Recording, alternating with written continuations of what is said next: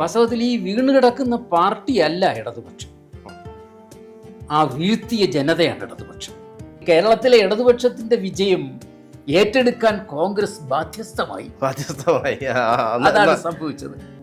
നിങ്ങളുടെ വിജയമല്ല, ഇത് ജനങ്ങളുടെ വിജയമാണ്.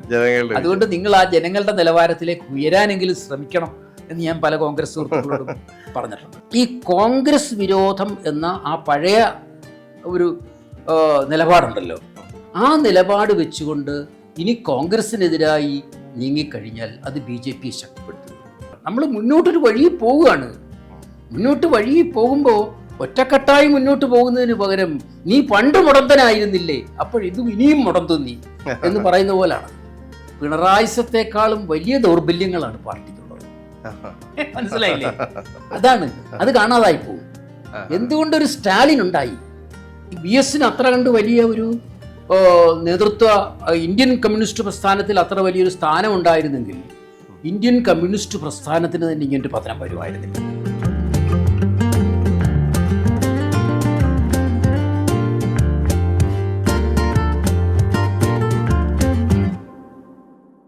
ചരിത്രത്തിലെ ഏറ്റവും വലിയ പരാജയത്തിൻ്റെ ആഘാതത്തിലാണ് ഇടതുപക്ഷം. ചരിത്രത്തിലെ വലിയൊരു വിജയത്തിൻ്റെ ആഹ്ലാദത്തിലാണ് UDF. പരാജയത്തിൻ്റെ ആഘാതത്തിലും വിജയത്തിൻ്റെ ആഹ്ലാദത്തിലും നിൽക്കുന്ന ജനതയോട്, വോട്ടർമാരോട്, രാഷ്ട്രീയ നേതാക്കളോട് മാർക്സിസ്റ്റ് സൈദ്ധാന്തികനും എഴുത്തുകാരനുമായ പ്രൊഫസർ B. രാജീവന് ചിലത് പറയാനുണ്ട്. മാഷെ, സ്വാഗതം. ഇപ്പോൾ എന്തുകൊണ്ട് തോറ്റു എന്ന വളരെ ലളിതമായ ഒരു ചോദ്യത്തിന് ഇടതുപക്ഷ നേതാക്കളിൽ നിന്ന് വന്ന ആദ്യത്തെ പ്രതികരണം ചിലപ്പോൾ മാഷ് ശ്രദ്ധിച്ചിട്ടുണ്ടാവും. ഒരു പ്രധാനപ്പെട്ട ഒരു ഇടതുപക്ഷ നേതാവിൽ നിന്ന് വന്നത് ജനങ്ങളുടെ ഉദാസീനത കൊണ്ട് തോറ്റു, ഓർമ്മക്കുറവ് കൊണ്ട് തോറ്റു എന്നൊക്കെയാണ് പറയുന്നത്. ഒരുപക്ഷെ അടിയന്തരാവസ്ഥ കാലത്തെ UDF വിജയത്തെക്കുറിച്ചൊക്കെ മാഷക്ക് ആ ഒരു കാലത്തിൻ്റെ ഒരു പോരാളി കൂടിയാണ്. കടന്നു വന്നവർക്ക് ചിലപ്പോൾ ജനങ്ങളുടെ ഉദാസീനതയെക്കുറിച്ച് പറയാനുണ്ടാവും. കാരണം അന്ന് 1977 UDF-ന് വലിയൊരു ഭൂരിപക്ഷം നൽകിയത്. അതിനുശേഷമാണ് ഈ വിജയം ഉണ്ടായിരിക്കുന്നത്. ജനങ്ങളുടെ ഒരു ഉദാസീനത, ഓർമ്മക്കുറവ്, ഈ ഒരു മാസ് അമ്നേഷ്യ എന്ന് പറയുന്നത്, ഇതിനൊക്കെ എന്തെങ്കിലും അർത്ഥമുണ്ടോ ഇത്തരം ഒരു വിലയിരുത്തൽ ഇന്നത്തെ സാഹചര്യത്തിൽ, രാഷ്ട്രീയ സാഹചര്യത്തിൽ? അതിന് അർത്ഥമില്ലെന്ന് മാത്രമല്ല, ഇത്തരം പ്രതികരണങ്ങൾ നടത്തുന്ന ആളുകളുടെ രാഷ്ട്രീയ ബോധത്തെക്കുറിച്ചാണ് നമ്മൾ സംശയിക്കേണ്ടത്. കാരണം ജനാധിപത്യത്തിൻ്റെയും മനുഷ്യ സംസ്കാരത്തിൻ്റെയും എല്ലാം അടിസ്ഥാനം ജനങ്ങളുടെ വീണ്ടും വീണ്ടും വരുന്ന ഓർമ്മകളാണ്. അതെ. അപ്പോൾ ആ ജനങ്ങളെ ഒരു ജനതയാക്കുന്ന ആ ശക്തിയെ തന്നെ നിഷേധിക്കുകയാണ് വാസ്തവത്തിൽ ജനങ്ങളുടെ ഓർമ്മക്കുറിവിനെ കുറിച്ച് പറഞ്ഞു ചെയ്തത്. മാത്രമല്ല, ജനതയെ പുച്ഛിക്കുകയാണ് അവർ ചെയ്യുന്നത്. ജനങ്ങളോട് പുച്ഛമുള്ള ഇവർക്ക് ഒരു രാഷ്ട്രീയ പ്രസ്ഥാനത്തിനും, അത്തരത്തിലൊരു രാഷ്ട്രീയ പ്രസ്ഥാനത്തിനും യഥാർത്ഥത്തിൽ ജനാധിപത്യത്തെ ഉയർത്തിപ്പിടിക്കാൻ കഴിയില്ല. അത് ഇവരുടെ ഉള്ളിലുള്ള ജനാധിപത്യ ശൂന്യതയെയാണ് ഇത് പ്രകടമാക്കുന്നത് എന്ന് മാത്രമാണ് എനിക്ക് ചുരുക്കത്തിൽ പറയാനുള്ളത്. വാസ്തവത്തിൽ അതിലുള്ള വിഷമം എനിക്ക് അത് പറയുന്നതിലല്ല, ഇനിയും ഈ വീഴ്ചയിൽ നിന്ന് അവർ പാഠം പഠിക്കാൻ തയ്യാറല്ല എന്നാണ്. കാരണം ഇത് തങ്ങളുടെ തെറ്റല്ല, ജനങ്ങളുടെ തെറ്റാണ്. ഈ വീഴ്ചയെ ജനങ്ങളുടെ മേൽ ചാരിയിട്ട്, ജനങ്ങളുടെ തലയിൽ വെച്ചിട്ട് സ്വയം കൈകഴുകാനുള്ള ഏറ്റവും നിർലജ്ജമായ ഒരു രാഷ്ട്രീയ അധപ്പതനത്തിൻ്റെ ലക്ഷണമായിട്ടാണ് ഞാൻ ഇതിനെ കാണുന്നത്. അതിൽ ഞാൻ ദുഃഖിക്കുന്നു. ഇടതുപക്ഷ പരാജയം എന്ന് പറയുമ്പോൾ ഇടതുപക്ഷത്തിൻ്റെ പരാജയം ഉണ്ടാക്കുന്ന വലിയൊരു ആശങ്കകൾ ഉണ്ട്. ഇപ്പോൾ കഴിഞ്ഞ ദിവസം, ഇന്നലെയാണെന്ന് തോന്നുന്നു, AK ആന്റണിയുടെ വരെ ഒരു പ്രസ്താവന കണ്ടു. ഇടതുപക്ഷം ഇല്ലെങ്കിൽ പിന്നെ കോൺഗ്രസ് ഇല്ല എന്ന്. ഒരുപക്ഷെ ഒരു തെരഞ്ഞെടുപ്പ് വിജയമൊക്കെ ലഭിച്ചതിൻ്റെ ഒരു മാന്യതാ പ്രകടനമാണോ അദ്ദേഹം നടത്തുന്നതെന്ന് അറിയില്ല. ആ ഒരു ഇടതുപക്ഷത്തിന്റെ പരാജയം ഇല്ലെങ്കിൽ, ഇടതുപക്ഷം ഇല്ലെങ്കിൽ കോൺഗ്രസും ഇല്ല, CPM ഇല്ലെങ്കിൽ കോൺഗ്രസും ഇല്ല എന്നൊരു വലിയൊരു വാക്കാണ് അദ്ദേഹം പറഞ്ഞത്. ഇങ്ങനെ ആഹ്ലാദിക്കേണ്ടതുണ്ടോ ഇടതുപക്ഷത്തിന്റെ വീഴ്ചയെ? ഇടതുപക്ഷത്തിന്റെ വീഴ്ചയിൽ ആഹ്ലാദിക്കുകയല്ലോ ആ ചെയ്യുന്നത്. ഇടതുപക്ഷത്തിന്റെ വീഴ്ചയുടെ വീണുകിടക്കുന്ന ആ കിടപ്പിനെ കാണുകയല്ലേ ചെയ്യുന്നത്. ആ വീണുകിടക്കുന്ന കിടപ്പ് എന്തുകൊണ്ട് സംഭവിച്ചു എന്നാണ് പറയുന്നത്. അത് കാരണം ഇടതുപക്ഷം എന്നത് വാസ്തവത്തിൽ ഈ വീണുകിടക്കുന്ന പാർട്ടിയല്ല ഇടതുപക്ഷം, ആ വീഴ്ത്തിയ ജനതയാണ് ഇടതുപക്ഷം. വാസ്തവത്തിൽ. അതെ അതെ അതെ. മനസ്സിലായില്ലേ? അപ്പൊ ഇത് നമ്മൾ ഈ തെരഞ്ഞെടുപ്പിനെ കാണുന്നത് വാസ്തവത്തിൽ കേരളീയ പ്രബുദ്ധ ജനതയുടെ ഒരു ആളിക്കത്തലാണ്. ആ പ്രബുദ്ധതയുടെ ഒരു ആളിക്കത്തലാണ്. ഇടതുപക്ഷം എന്ന് പറയുന്നത് അതിലൂടെ രൂപപ്പെട്ടതാണ് കേരളീയ പ്രബുദ്ധത. കേരളത്തിലെ ആ ഒരു നവോത്ഥാന പ്രസ്ഥാനങ്ങളിലൂടെ രൂപപ്പെട്ടു വന്ന ഒരു പ്രബുദ്ധ ജനതയാണ് കേരളം എന്ന് പറയുന്നത്. അതുകൊണ്ട് അവരുടെ രാഷ്ട്രീയ അബോധ മനസ്സിൽ ഇപ്പോഴും ഇടതുപക്ഷം ശക്തമാണ്, അത് സജീവമാണ്. അതാണ് കാണിക്കുന്നത്. ആ രാഷ്ട്രീയ ശക്തിയെ തല്ലിക്കൊടുത്താൻ ആരെങ്കിലും ശ്രമിക്കുമ്പോൾ അതിനെതിരായിട്ട് അത് ആളിക്കത്തും, അവർ ഉണർന്നെഴുന്നേൽക്കും. അപ്പോൾ ആ അർത്ഥത്തിൽ ഇടതുപക്ഷമല്ല പരാജയപ്പെട്ടത്, ജനങ്ങൾ ഏറ്റെടുത്ത ഇടതുപക്ഷത്തിൻ്റെ ജയമാണിത്. ഉദാഹരണത്തിന് ഈ കോൺഗ്രസ് നേതാവ് ഇപ്പോൾ VD സതീശൻ്റെ ഒരു വാർത്താ സമ്മേളനം അങ്ങ് കണ്ടിട്ടുണ്ടാവും. അതിൽ പറയുന്നത് ഇടതുപക്ഷത്തിന്റെ കൂടി വോട്ട് നേടിയിട്ടാണ് നമ്മൾ കോൺഗ്രസ് ജയിച്ചിരിക്കുന്നത്, UDF ജയിച്ചിരിക്കുന്നത്. UDF എന്ന് പറയുന്ന ഒരു സംവിധാനം ഇത് അവർ അർഹിക്കുന്ന വിജയമാണോ ഇതെന്നൊരു ചോദ്യമുണ്ട്. ഇടതുപക്ഷത്തെ തോൽപ്പിക്കണമെന്ന് എല്ലാവരും ആഗ്രഹിച്ചു, UDF വിജയിച്ചു പോയി എന്നാണോ പറയേണ്ടത്? അതല്ല വാസ്തവത്തിൽ സംഭവിച്ചത്. നമ്മളിപ്പോൾ TV കുഞ്ഞികൃഷ്ണന്റെ വിജയം, G സുധാകരന്റെ കുഞ്ഞികൃഷ്ണൻ, അതെ, പിന്നെ അതുപോലെ പിന്നെ TK ഗോവിന്ദന്റെ വിജയം, ഇവരൊക്കെ വിജയിക്കുമ്പോൾ യഥാർത്ഥത്തിൽ അവരെ വിജയിപ്പിച്ചത് കോൺഗ്രസ്സുകാരല്ല എന്നാലോചിക്കണം. കോൺഗ്രസിന്റെ ഒട്ടുകൂടി ജയിക്കില്ല അവരെ ആരാ ജയിപ്പിച്ചത്? അവരെ ഇടതുപക്ഷമാണ് ജയിപ്പിച്ചത്. അപ്പൊ അതൊരു നമ്മൾ ഒരു ഒറ്റപ്പെട്ട സംഭവമായിട്ട് കാണരുത്. അത് കേരളമാണ്, കേരളത്തിൻ്റെ പൊതു മനസ്സിൻ്റെ ഒരു പ്രകടനമാണ് അതിൽ കൂടെ നമ്മൾ കണ്ടത്. അത് കേരളം മുഴുവൻ അങ്ങനെ അവർ ഇടതുപക്ഷത്തെ വിജയിപ്പിച്ചു എന്നുള്ളതാണ്. ആ വിജയത്തിൽ പങ്കാളികളാകുക മാത്രമാണ് കോൺഗ്രസ് ചെയ്തത് വാസ്തവത്തിൽ. ആ കേരളത്തിലെ ഇടതുപക്ഷത്തിൻ്റെ വിജയം ഏറ്റെടുക്കാൻ കോൺഗ്രസ് ബാധ്യസ്ഥമായി. അതാണ് സംഭവിച്ചത്. അതങ്ങനെ സംഭവിക്കും. ഇപ്പൊ ലോകത്ത് പല സ്ഥലങ്ങളിലും പിന്നെ വലിയ സ്വേച്ഛാധിപത്യങ്ങൾക്കെതിരായിട്ട് നടക്കുന്ന വലിയ മുന്നേറ്റങ്ങളുണ്ടല്ലോ, വലിയ മുന്നേറ്റങ്ങൾ അപ്പോൾ അതൊക്കെ ഏറ്റെടുക്കാനായിട്ട് ആ രാജ്യത്തെ ദുർബല കക്ഷികൾ, നമ്മൾ ശ്രീലങ്കയെ കണ്ടില്ലേ, 3 സീറ്റ് മാത്രം പാർലമെന്റിൽ ഉണ്ടായിരുന്ന അവിടുത്തെ ഒരു CPIML പാർട്ടി ബഹുഭൂരിപക്ഷത്തോടെ ജയിച്ചു എന്ന് പറഞ്ഞാൽ അത് അവരുടെ ജയമല്ല, അത് ജനങ്ങളുടെ വിജയമാണ്. ജനങ്ങളുടെ ആ മുന്നേറ്റത്തെ ആ ന്യൂനപക്ഷം ഏറ്റെടുത്തു. അതുപോലെ കേരളത്തിലെ ജനങ്ങളുടെ ജനാധിപത്യ ബോധത്തിൻ്റെ പ്രകാശനത്തെ യഥാർത്ഥത്തിൽ കോൺഗ്രസ് ഏറ്റെടുത്തു. അത് ഭാവിയിൽ കോൺഗ്രസിന് ഗുണം ചെയ്യും. കാരണം കോൺഗ്രസ് കൂടുതൽ ഫാസിസ്റ്റ് വിരുദ്ധമാകാനും കൂടുതൽ ജനാധിപത്യ സ്വഭാവം കൈവരിക്കാനും ഒക്കെ അതിന് ഗുണം ചെയ്യും വാസ്തവത്തിൽ. അത് ഈ വീഴ്ചയെക്കുറിച്ച് നേരത്തെ ആദ്യം മുത്തൂത്തി സൂചിപ്പിച്ചില്ലേ, അത് ജനങ്ങളുടെ മേൽ ആ ഒരു ആറ്റിറ്റ്യൂഡ് അവർ ഉപേക്ഷിക്കുകയാണെങ്കിൽ, അവർ സ്വയം വിമർശനം ആത്മാർത്ഥമായിട്ട് നടത്തുകയാണെങ്കിൽ അവർക്കും ഗുണമാണ്.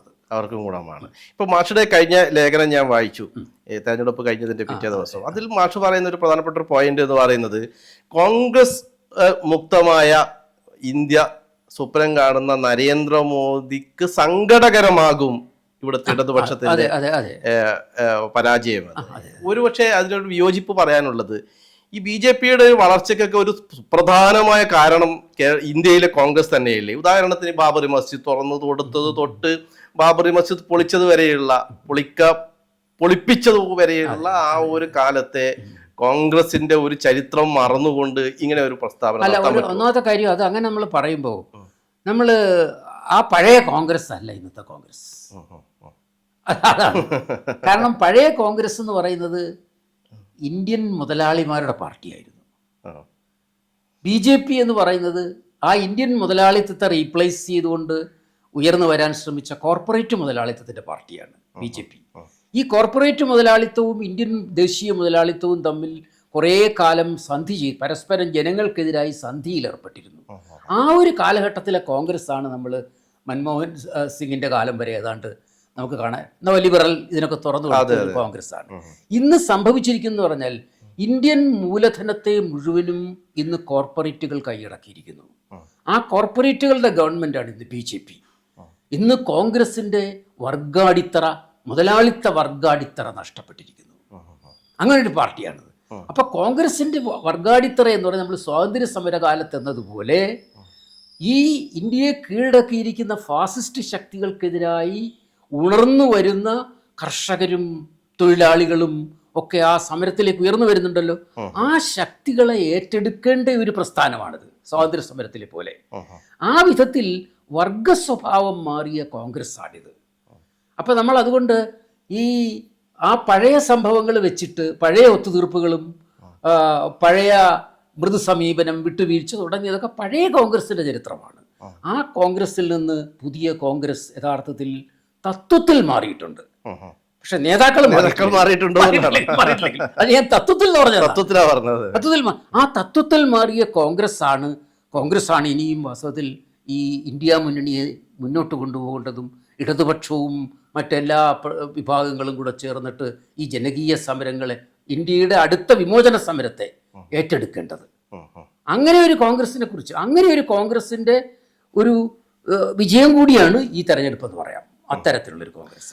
ഇപ്പൊ മാഷ് പറഞ്ഞതുപോലെ തത്വത്തിൽ ചില നേതാക്കളെങ്കിലും അത് മനസ്സിലാക്കിയിട്ടുണ്ടെന്ന് തോന്നുന്നു. ഇപ്പൊ വി ഡി സതീശനൊക്കെ നമ്മളാണ് ഇടതുപക്ഷം എന്നൊക്കെ പറഞ്ഞു തുടങ്ങുന്ന രീതിയിലേക്ക് ഇപ്പം രാഹുൽ ആയാൽ പോലും അങ്ങനെ ഒരു മൂവ്മെന്റിന്റെ ഭാഗമായിട്ട് ഒരു വലിയൊരു ദേശീയ തലത്തിൽ തന്നെ ഒരു പ്രതിരോധമൊക്കെ സൃഷ്ടിക്കുന്നു. അപ്പൊ തത്വത്തിൽ ചില നേതാക്കൾ മനസ്സിലാക്കുന്നുണ്ട്, അതിനപ്പുറത്തും മനസ്സിലാക്കുന്നുണ്ട് എന്നല്ലേ നമ്മൾ അതിൽ മനസ്സിലാക്കുന്നത്. ഞാൻ അതിനെപ്പറ്റി ഒരു ലേഖനം, emergence of A new Congress എന്ന് പറയുന്ന ഒരു ലേഖനം തന്നെ എഴുതിയിരുന്നു ഞാൻ.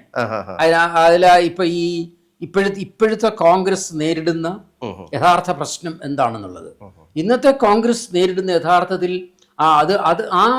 ആരാണ് ഇന്നത്തെ ഇന്ത്യയിലെ കോൺഗ്രസ് എന്നുള്ളത് ഏറ്റവും കൂടുതൽ അറിയുന്നത് നരേന്ദ്രമോദിയാണ്. അയാളുടെ മെയിൻ എനിമിയാണെന്നുള്ളതാണ്. അതുകൊണ്ടാണ് അർബൻ നക്സലൈറ്റ് എന്ന് രാഹുൽ ഗാന്ധിയെ വിളിക്കുന്നത്. എന്ന് പറഞ്ഞാൽ അങ്ങേയറ്റത്തെ ഒരു വിപ്ലവ മുദ്രയാണ് അയാൾ ചാർത്തി കൊടുക്കുന്നത്. മനസ്സിലായില്ലേ?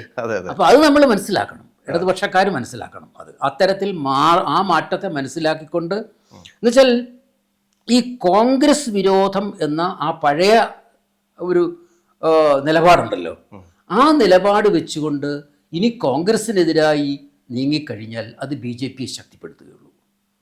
അതാണ് സംഭവിക്കാൻ പോകുന്നത്. അതുപോലെ തന്നെ കോൺഗ്രസിന് ഇടതുപക്ഷ വിരുദ്ധത പഴയ രീതിയിൽ വെച്ചിട്ട് മുന്നോട്ട് പോകാനും അല്ല. ഇപ്പൊ നമ്മൾ കണ്ടല്ലോ, ഇപ്പൊ AK ആന്റണിക്ക് പോലും അതില്ലല്ലോ, ഇപ്പൊ സതീശൻ അതില്ലല്ലോ. എന്തിനാ രാഹുൽ ഗാന്ധിക്ക് ഇല്ലല്ലോ പഴയ ഇടതുപക്ഷ വിരുദ്ധത ഇല്ല.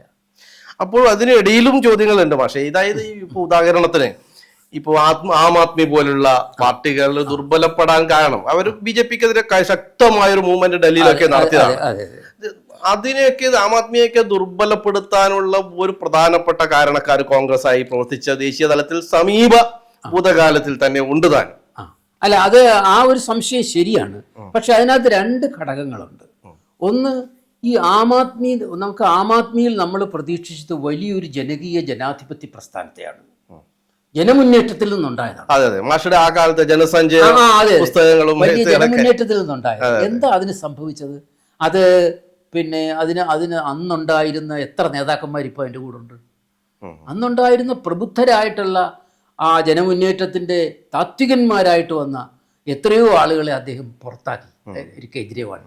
എന്നിട്ട് അതൊരു വിലക്ക് വാങ്ങാൻ പറ്റി. ഇപ്പോൾ MLA-മാരെ വിലക്ക് എംപിമാരെ വിലക്ക് വാങ്ങാൻ പറ്റിയത് ആ സാഹചര്യം എന്ന് പറഞ്ഞാൽ അത്ര കണ്ട് ഒരു വൺ മാൻ സെന്റേഡ് ആയിട്ടുള്ള പാർട്ടിയായിട്ട്, എന്ന് വെച്ചാൽ ഏകാധിപത്യ സ്വഭാവത്തിൻ്റെ ആണല്ലോ, ജനാധിപത്യം അല്ലല്ലോ. ഒരാളിലേക്ക് അത് കേന്ദ്രീകരിച്ചു. ഒരാളിലേക്ക് കേന്ദ്രീകരിക്കുമ്പോൾ സ്വാഭാവികമായിട്ട് അത് ദൂഷിക്കും. അതുകൊണ്ടാണ് ഈ പരാതികളൊന്നും ഇപ്പം അതിനെപ്പറ്റി പറയുന്ന, ഇപ്പോൾ എംപിമാർക്ക് സീറ്റ് കൊടുക്കാൻ വേണ്ടി പണം വാങ്ങി, അതല്ല, ആ എംപിമാരെല്ലാം വലിയ സമ്പന്നരായ ആളുകളാണ് ഇപ്പൊ പോയവരെല്ലാം. അവർക്ക് രാഷ്ട്രീയമൊന്നുമില്ല, അവർക്ക് ജനകീയ രാഷ്ട്രീയം ഉള്ളത് കൊണ്ടാണ് ആം ആദ്മി വന്നെന്നാണ് വിചാരിക്കുക. അവർക്ക് സ്ഥാനം കിട്ടാൻ വേണ്ടി പണം കൊടുത്താൽ എവിടെ MP സ്ഥാനം കിട്ടും എന്ന് വെച്ച് പണം കൊടുത്ത്, അങ്ങനെ പണം കൊടുത്തവർക്ക് MP സ്ഥാനം കൊടുക്കാൻ മാത്രം ഈ ആം ആദ്മി പാർട്ടി അധപ്പതിച്ച പാർട്ടിയുടെ പരാജയത്തെ നമ്മൾ കാണാതിരുന്നുകൂടാ. ആ പരാജയത്തെയും കോൺഗ്രസിന്റെ മേൽ വെക്കരുത്. അത് കാരണം എന്താ വെച്ചാൽ ഈ അടിക്കാൻ വരുന്ന ഒരാളിന്റെ ശക്തി കൊണ്ടാണ് വീണതെന്ന് പറയുമ്പോൾ ആ വീണവന്റെ ദൗർബല്യത്തെയാണ് കാണിക്കുന്നത്. വീണവന്റെ ശക്തി ഇവിടെ പോയി. അതാണ് അടി കൊള്ളുന്നവന് ശക്തി ഉണ്ടെങ്കിൽ അവൻ തട്ടിക്കളയില്ലേ, അതവൻ ഏക്കില്ല. എന്തുകൊണ്ട് ഏറ്റു? കാരണം അത്രയും വലിയ ജനമുന്നേറ്റത്തിൽ വന്ന ആം ആദ്മി പാർട്ടിയെ ഈ ദുർബലപ്പെട്ട കോൺഗ്രസിന്റെ അടിയേറ്റ് വീണു എന്ന് പറഞ്ഞാൽ അത് എത്രമാത്രം ആം ആദ്മി പാർട്ടി അധപ്പത്തിൽ ക്ഷീണിച്ചു പോയി എന്ന് ആലോചിക്കണം. അസ്ഥിപഞ്ജരമായി പോയത്. അതെ അതെ അതെ അതെ. ഇപ്പൊ ഇന്ത്യ അപ്പോഴും ചില ഇടതുപക്ഷ പാർട്ടികളൊക്കെ വിമർശിക്കുന്നത് ഇന്ത്യ മുന്നണിയെ തകർക്കുന്നത് കോൺഗ്രസ് എന്ന രീതിയിലാണ്, ദുർബലപ്പെടുത്തുന്നത് കോൺഗ്രസ് എന്നാണെന്ന് പറയുന്നത്. ഇപ്പൊ തമിഴ്നാട്ടിലായാലും മറ്റ് സ്ഥലങ്ങളിലൊക്കെ ആയാലും ബംഗാളിലായൊക്കെ ഇന്ത്യ മുന്നണിക്ക് ഒരു വിള്ളൽ വീഴ്ത്തുന്നത് കോൺഗ്രസ് ആണെന്ന്. ഒരു കാര്യമുള്ളത്, നമ്മൾ സ്വാതന്ത്ര്യ സമര ചരിത്രത്തിൽ ഇന്ത്യൻ നാഷണൽ കോൺഗ്രസ് ഒരു സമരശക്തിയായി മാറാൻ എത്ര പതിറ്റാണ്ടുകൾ കടക്കേണ്ടി വന്നു ആലോചിക്കണം. ആദ്യകാല കോൺഗ്രസിൽ നിന്ന് ഗാന്ധി നേതൃത്വം എടുക്കുന്ന കോൺഗ്രസിലേക്ക് എത്രയോ പതിറ്റാണ്ടുകൾ കഴിഞ്ഞിട്ടാണ് ഇത് വന്നത്. എന്തെല്ലാം തരത്തിലുള്ള ബ്രിട്ടീഷുകാരുമായിട്ടുള്ള ഒത്തുതീർപ്പുകളും എന്തെല്ലാം തരത്തിലുള്ള വർഗീയ ശക്തികളുടെ കടന്നുവരവും ഇതൊക്കെ തരണം ചെയ്തിട്ടാണ് ഒരു ഇന്ത്യൻ നാഷണൽ കോൺഗ്രസ് ഉണ്ടാകുന്നത്. അതെ അതെ, മനസ്സിലായില്ലേ? അപ്പം അങ്ങനെ ഒരു ഇന്ത്യൻ നാഷണൽ ഒരു പ്രോസസ്സാണത്.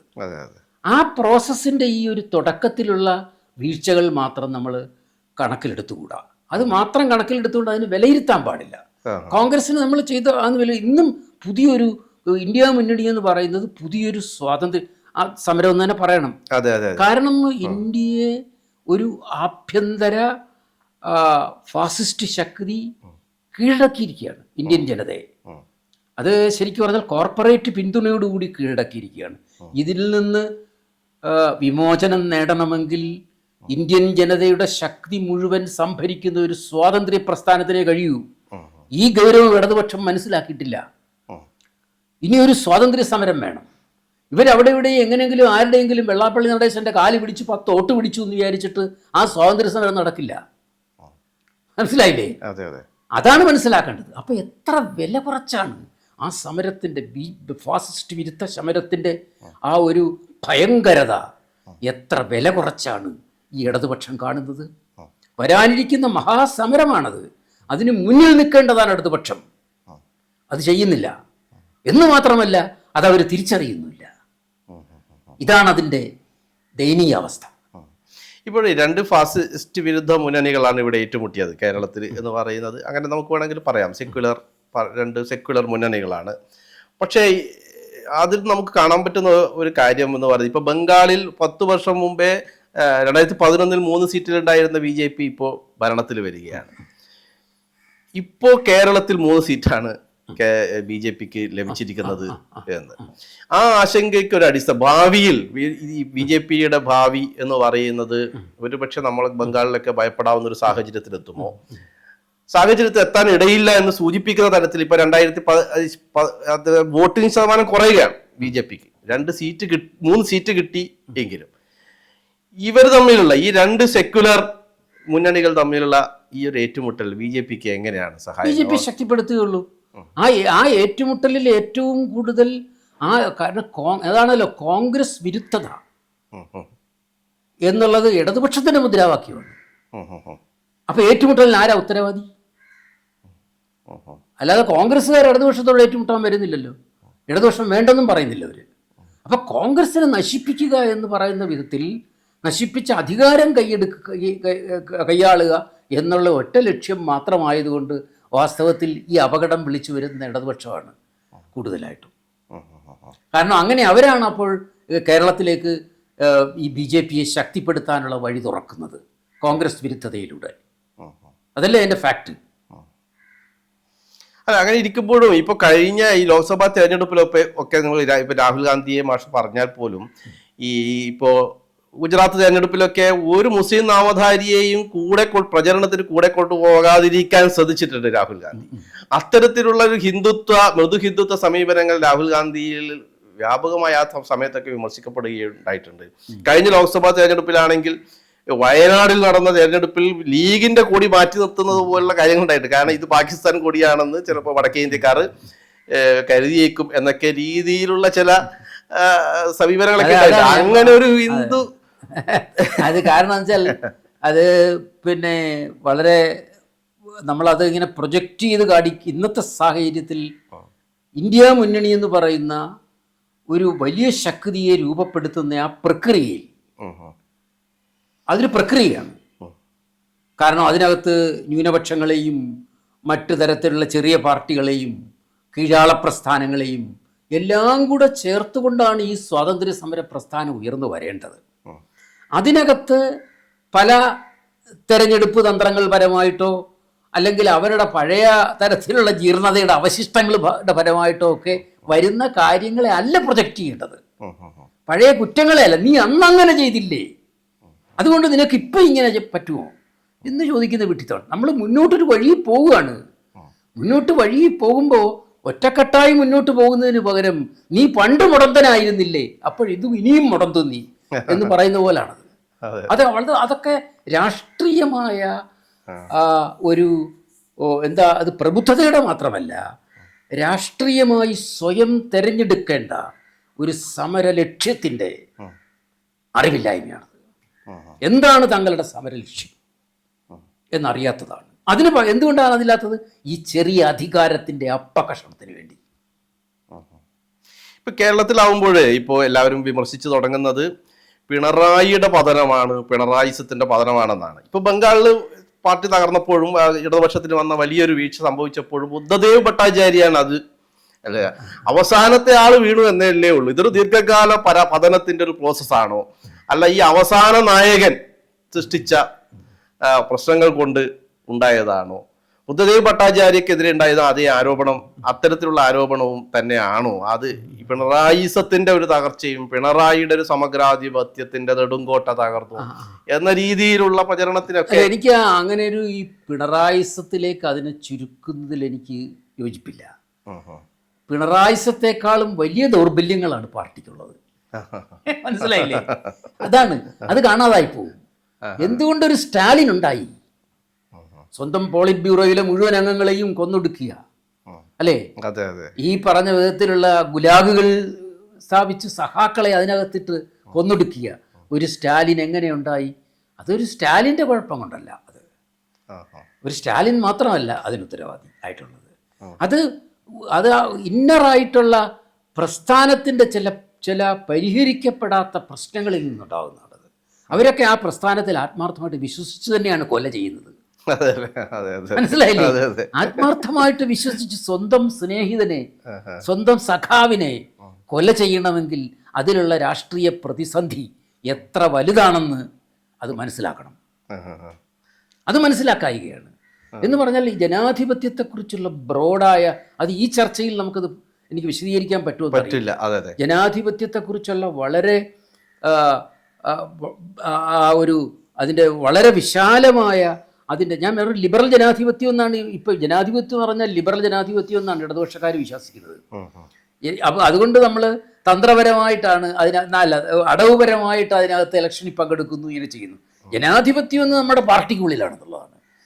നമ്മുടെ കൈ നമ്മുടെ ശരിയിലാണ് ഇരിക്കുന്നുള്ളതാണ്. ഇതിനകത്തെന്ന് വെച്ചാൽ ഒരു റിലീജിയസ് ആറ്റിറ്റ്യൂഡ് ഉണ്ട്. സത്യം നമ്മുടെ കയ്യിലാണ്. നമ്മൾ എന്ത് തെറ്റ് ചെയ്താലും സത്യം നമ്മുടെ കയ്യിലാണ്. ആരെ കൊന്നാലും നമ്മുടെ കയ്യിലുള്ള ആ സത്യത്തിന് വേണ്ടിയാണ്. എന്ത് തിന്മ ചെയ്താലും എന്ത് അഴിമതിക്ക് കൂട്ടുനിന്നാലും നമ്മൾ ആ സത്യത്തിന് വേണ്ടിയിട്ടാണ്. എന്ത് പിൻവാതിൽ നയനം നടത്തിയാലും പരീക്ഷ എഴുതാത്തവനും വിജയം കൊടുത്താലും നമ്മുടെ പാർട്ടിയെ ശക്തിപ്പെടുത്തി പാർട്ടിയുടെ പരമമായ സത്യം അതിനെ നിലനിർത്താൻ വേണ്ടിയാണ് എന്ന് ആത്മാർത്ഥമായിട്ട് വിശ്വസിക്കുന്ന ഒരു രാഷ്ട്രീയ മതവിശ്വാസത്തിൻ്റെ മതാന്ധതയുടെ പരാജയമാണത്. അത് പിണറായിയിൽ മാത്രം ഒതുങ്ങുന്നതല്ല. പിണറായി അതിന് നേതൃത്വം കൊടുത്ത ആൾ എന്നേ ഉള്ളൂ, അത്രേ ഉള്ളൂ.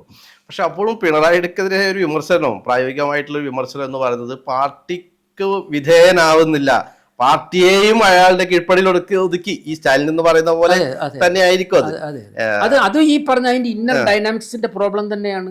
കാരണം പാർട്ടിക്കുള്ളിലും ആ ജനാധിപത്യം പ്രവർത്തിക്കാൻ കഴിയുന്നില്ല.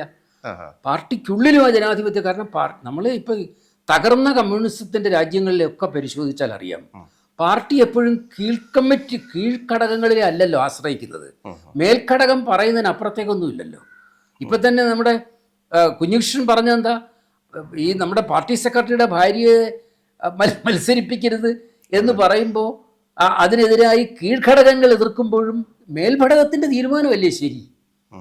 മനസ്സിലായി? അപ്പൊ മേൽഘടകത്തിന്റെ തീരുമാനം അവസാനം മേലോട്ട് പോയി ഒരാളിന്റെ തീരുമാനത്തിലെത്തും. അപ്പൊ ഇതൊരു അതിന്റെ ഒരു ഫോർമേഷന്റെ പ്രോബ്ലമാണത്. അതിന്റെ സ്ട്രക്ചറൽ പ്രോബ്ലമാണത്. ആ സ്ട്രക്ചറൽ പ്രോബ്ലത്തെ കാണാതെ നമ്മൾ ഒരാളിൽ കൊണ്ടുവച്ചിട്ട് കാര്യമില്ല.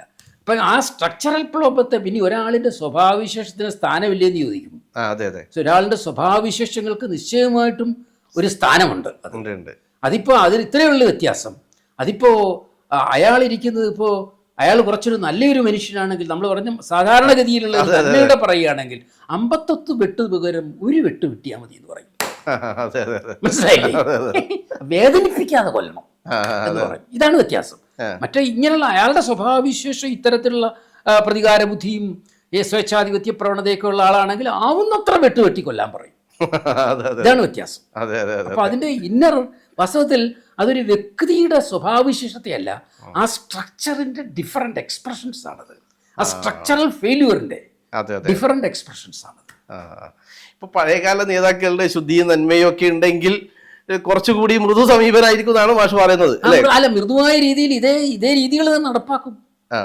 കാരണം അതിപ്പോ ഞാൻ ഈ പറഞ്ഞത് ഇപ്പോ സോവിയറ്റ് യൂണിയനിൽ സ്റ്റാലിൻ അല്ല വേറൊരു സ്വേച്ഛാധിപതിയാണ് വരുന്നതെങ്കിൽ നമ്മൾ പല സ്വേച്ഛാധിപതികളെയും കണ്ടല്ലോ, ഇതിൻ്റെ ഇടയ്ക്കൊക്കെ കണ്ടല്ലോ. അപ്പൊ ഈ പാർട്ടി സത്യത്തിന് വേണ്ടി തെറ്റ് ശരി എന്നൊക്കെ പറയുന്നതിനെ കുറിച്ചുള്ള സങ്കല്പം പാർട്ടിയുടെ സത്യവുമായിട്ട് താരതമ്യം ചെയ്തിട്ടാണ്. മനസ്സിലായില്ലേ? അങ്ങനെയാണ്. അപ്പൊ അതുകൊണ്ട് നമ്മളിപ്പോ പറയില്ലേ, ഇപ്പൊ സ്നേഹം തന്നെ അമൂർത്തമായൊരു സ്നേഹമില്ല, അങ്ങനെ ഒരു സ്നേഹസങ്കല്പമില്ലേ. ഇത് വർഗസങ്കല്പത്തെയും ആശ്രയിച്ചിട്ടാണ് സ്നേഹം നിൽക്കുന്നതെന്ന് പറയില്ലേ. അതിനെ വളരെ ബ്രോഡായിട്ട് വ്യാഖ്യാനിക്കുന്നതിന് പകരം ആ വർഗത്തെ പാർട്ടിയായിട്ട് റെഡ്യൂസ് ചെയ്യുമ്പോൾ മനസ്സിലായില്ലേ, വർഗത്തെ പാർട്ടിയായി റെഡ്യൂസ് ചെയ്യുക, പാർട്ടിക്കെതിരായി നിൽക്കുന്നവൻ ജനശത്രുവാണെന്ന് പറയും. അങ്ങനെ ഒരു പ്രയോഗം തന്നെ സോവിയറ്റ് റഷ്യയിൽ ഉണ്ടായിരുന്നല്ലോ. ഏതാ, ജനവിരുദ്ധൻ എന്ന് പറയുന്ന ഒരു പ്രയോഗം തന്നെ ഉണ്ടായിരുന്നു. ഇവിടെ അത് വികസന വിരുദ്ധൻ, സംഘി എന്ന പല വിധത്തിൽ പല പദാവലികൾ ഉപയോഗിക്കുക എന്നുള്ളതാണ് ഞാൻ പറയുന്നത്. വ്യക്തമാകുന്നുണ്ട്. അതൊരു വേറൊരു വിഷയം. ഇപ്പോൾ മാഷ് പറയുന്നത് അതിനും മാഷ് ചിലപ്പോൾ സോവിയറ്റ് റഷ്യയിലേക്ക് പോകുമായിരിക്കും. ഉദാഹരണത്തിന് പിണറായി എന്നൊരു രക്ഷക സങ്കല്പം ഉണ്ടായിട്ടുണ്ട്. ഇപ്പോൾ കോവിഡ് കാലത്തും പ്രളയകാലത്തും ഒക്കെ മാഷ് ചിലപ്പോൾ പറയുക ഫാസിസത്തിന്റെ കാലത്ത് സ്റ്റാലിൻ എന്ന് പറയുന്ന രക്ഷക സങ്കല്പം ഉണ്ടായി എന്നായിരിക്കാം. അല്ല, അത് ആ രക്ഷക സങ്കല്പം പരാജയപ്പെടേണ്ട, രക്ഷക സങ്കല്പം നിലനിൽക്കുമെങ്കിൽ വിജയിക്കുകയല്ലേ ചെയ്യേണ്ടത്? അതെ വിജയിച്ചില്ല. അല്ല, എന്താണ് സംഭവിച്ചത് എന്നുള്ള രക്ഷക സങ്കല്പം പൊള്ളയായി, അതുകൊണ്ടാണ് തോറ്റത്. പിന്നെ ഒരു പ്രായോഗിക ഒരു വിമർശനം എന്ന് പറയുന്നത് ഈ ഒരു പ്രതീതി തന്നെയാണ്. പിണറായി എല്ലാ മണ്ഡലങ്ങളിലും ഒരൊറ്റയാൾ മത്സരിക്കുന്ന പ്രതീതി ഉണ്ടായി. അങ്ങനെ ഒരു പിണറായി വിരുദ്ധതക്ക് കിട്ടിയ വോട്ടാണ്. പ്രതിപക്ഷം പോലും പറയാത്ത പിണറായി, പ്രതിപക്ഷം പോലും വേണ്ടത്ര പിണറായി വിരുദ്ധത പറഞ്ഞിട്ടില്ല.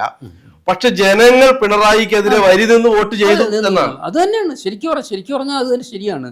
കാരണം ഞാൻ നേരത്തെ സൂചിപ്പിച്ചല്ലോ, ജനങ്ങൾ ഇത് സെൻസ് ചെയ്യും.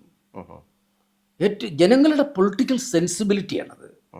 ജനങ്ങൾ ഇത് സെൻസ് ചെയ്യും ശരിക്കും, ഡെമോക്രാറ്റിക്. കാരണം ഇപ്പൊ വികസനം ചെയ്യുന്നു, കിറ്റ് കൊടുക്കുന്നു എന്നുള്ളതല്ല. അപ്പം കൊണ്ട് മാത്രമല്ല മനുഷ്യൻ ജീവിക്കുന്നതെന്ന് പണ്ടേ പറഞ്ഞിട്ടുണ്ടല്ലോ. അപ്പം കൊടുത്തു എന്ന് വിചാരിച്ച് മാത്രം മനുഷ്യനെ തൃപ്തിപ്പെടുത്താൻ കഴിയില്ല. മനുഷ്യൻ എന്ന് പറഞ്ഞാൽ വികാരങ്ങളും ചിന്തകളും ധാർമ്മിക മൂല്യങ്ങളും ഒക്കെ ഉള്ളവരാണ്. അത്തരം മൂല്യങ്ങൾ വ്രണപ്പെടുമ്പോൾ ജനങ്ങൾ അപ്പം വേണ്ടെന്ന് വയ്ക്കും. അതാണ്, ആ മൂല്യങ്ങൾക്ക് വേണ്ടി മരിക്കും. ശരിയാണ്. അതാണ് കമ്മ്യൂണിസ്റ്റുകൾ മനസ്സിലാക്കേണ്ടത്. പക്ഷെ പ്രായോഗിക സമീപനത്തിൽ എത്തുമ്പോൾ ഇപ്പോൾ കേരളത്തിലെ ഒരു ദശാബ്ദക്കാലത്ത് ചെയ്ത ഭരണ നേട്ടങ്ങളെയൊക്കെ, ഉദാഹരണത്തിന് കേന്ദ്ര സർക്കാരിൻ്റെ ഒക്കെ പല ഏജൻസികൾ തന്നെയാണ് പറയുന്നത് കേരളം ഒന്നാമതാണ് പല കാര്യങ്ങളിലും എന്നുള്ളത്. കേരളത്തിൽ അതിദാരിദ്ര്യമുക്തി, കേരളത്തിൽ നടന്ന പാവങ്ങൾക്കുണ്ടായിരുന്ന വീട് വെച്ചു കൊടുക്കൽ പോലുള്ള വലിയ വലിയ ക്ഷേമ പ്രവർത്തനങ്ങൾ, ക്ഷേമ സർക്കാരായിരുന്നു ഈ കഴിഞ്ഞ ഒരു ദശാബ്ദം കേരളത്തിൽ ഉണ്ടായിരുന്നത് എല്ലാ സൂചികകൾ വെച്ച് നോക്കിയാലും എന്ന് പറയുന്നുണ്ട്. അല്ല, അതൊന്നും നമ്മൾ ഈ 10 വർഷത്തിലേക്ക് മാത്രം ഒതുക്കി കേരള ചരിത്രത്തെ റെഡ്യൂസ് ചെയ്യരുത്. കേരള ചരിത്രം 10 കൊല്ലം കൊണ്ടുണ്ടായതല്ല. മനസ്സിലായില്ലേ? കാരണം ഇപ്പൊ നമ്മൾ നോർത്ത് ഇന്ത്യയായിട്ട് താരതമ്യം ചെയ്യുമ്പോൾ കേരളത്തിൽ ഈ പറഞ്ഞ സമത്വത്തിന്റെ അടിസ്ഥാനങ്ങൾ, സാഹോദര്യത്തിന്റെ അടിസ്ഥാനങ്ങൾ, അങ്ങനെ ഇടതുപക്ഷ രാഷ്ട്രീയ മൂല്യങ്ങൾക്ക് ഏതാണ്ട് ഒരു നൂറ്റാണ്ടിന്റെ പഴക്കമുണ്ട്. അതിലൂടെ രൂപപ്പെട്ടു വന്നതാണ് ഇതൊക്കെ.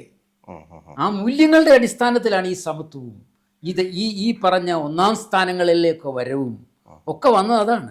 മറ്റേത് നോർത്ത് ഇന്ത്യയിൽ ഇപ്പോഴും ആ പഴയ ഫ്യൂഡൽ ഹാങ് ഓവറിലാണ് നിൽക്കുന്നത്. അതെ അതെ. അത്തരത്തിലുള്ള ഹെയറാർക്കി ഒന്നും മാറിയിട്ടില്ല. കേരളത്തിലെ നവോത്ഥാന പ്രസ്ഥാനവും ഇടതുപക്ഷ പ്രസ്ഥാനവും അത്തരത്തിലുള്ള ഉച്ചനീചത്വങ്ങളുടെ തട്ടുകളെ മുഴുവൻ തട്ടിമാറ്റി.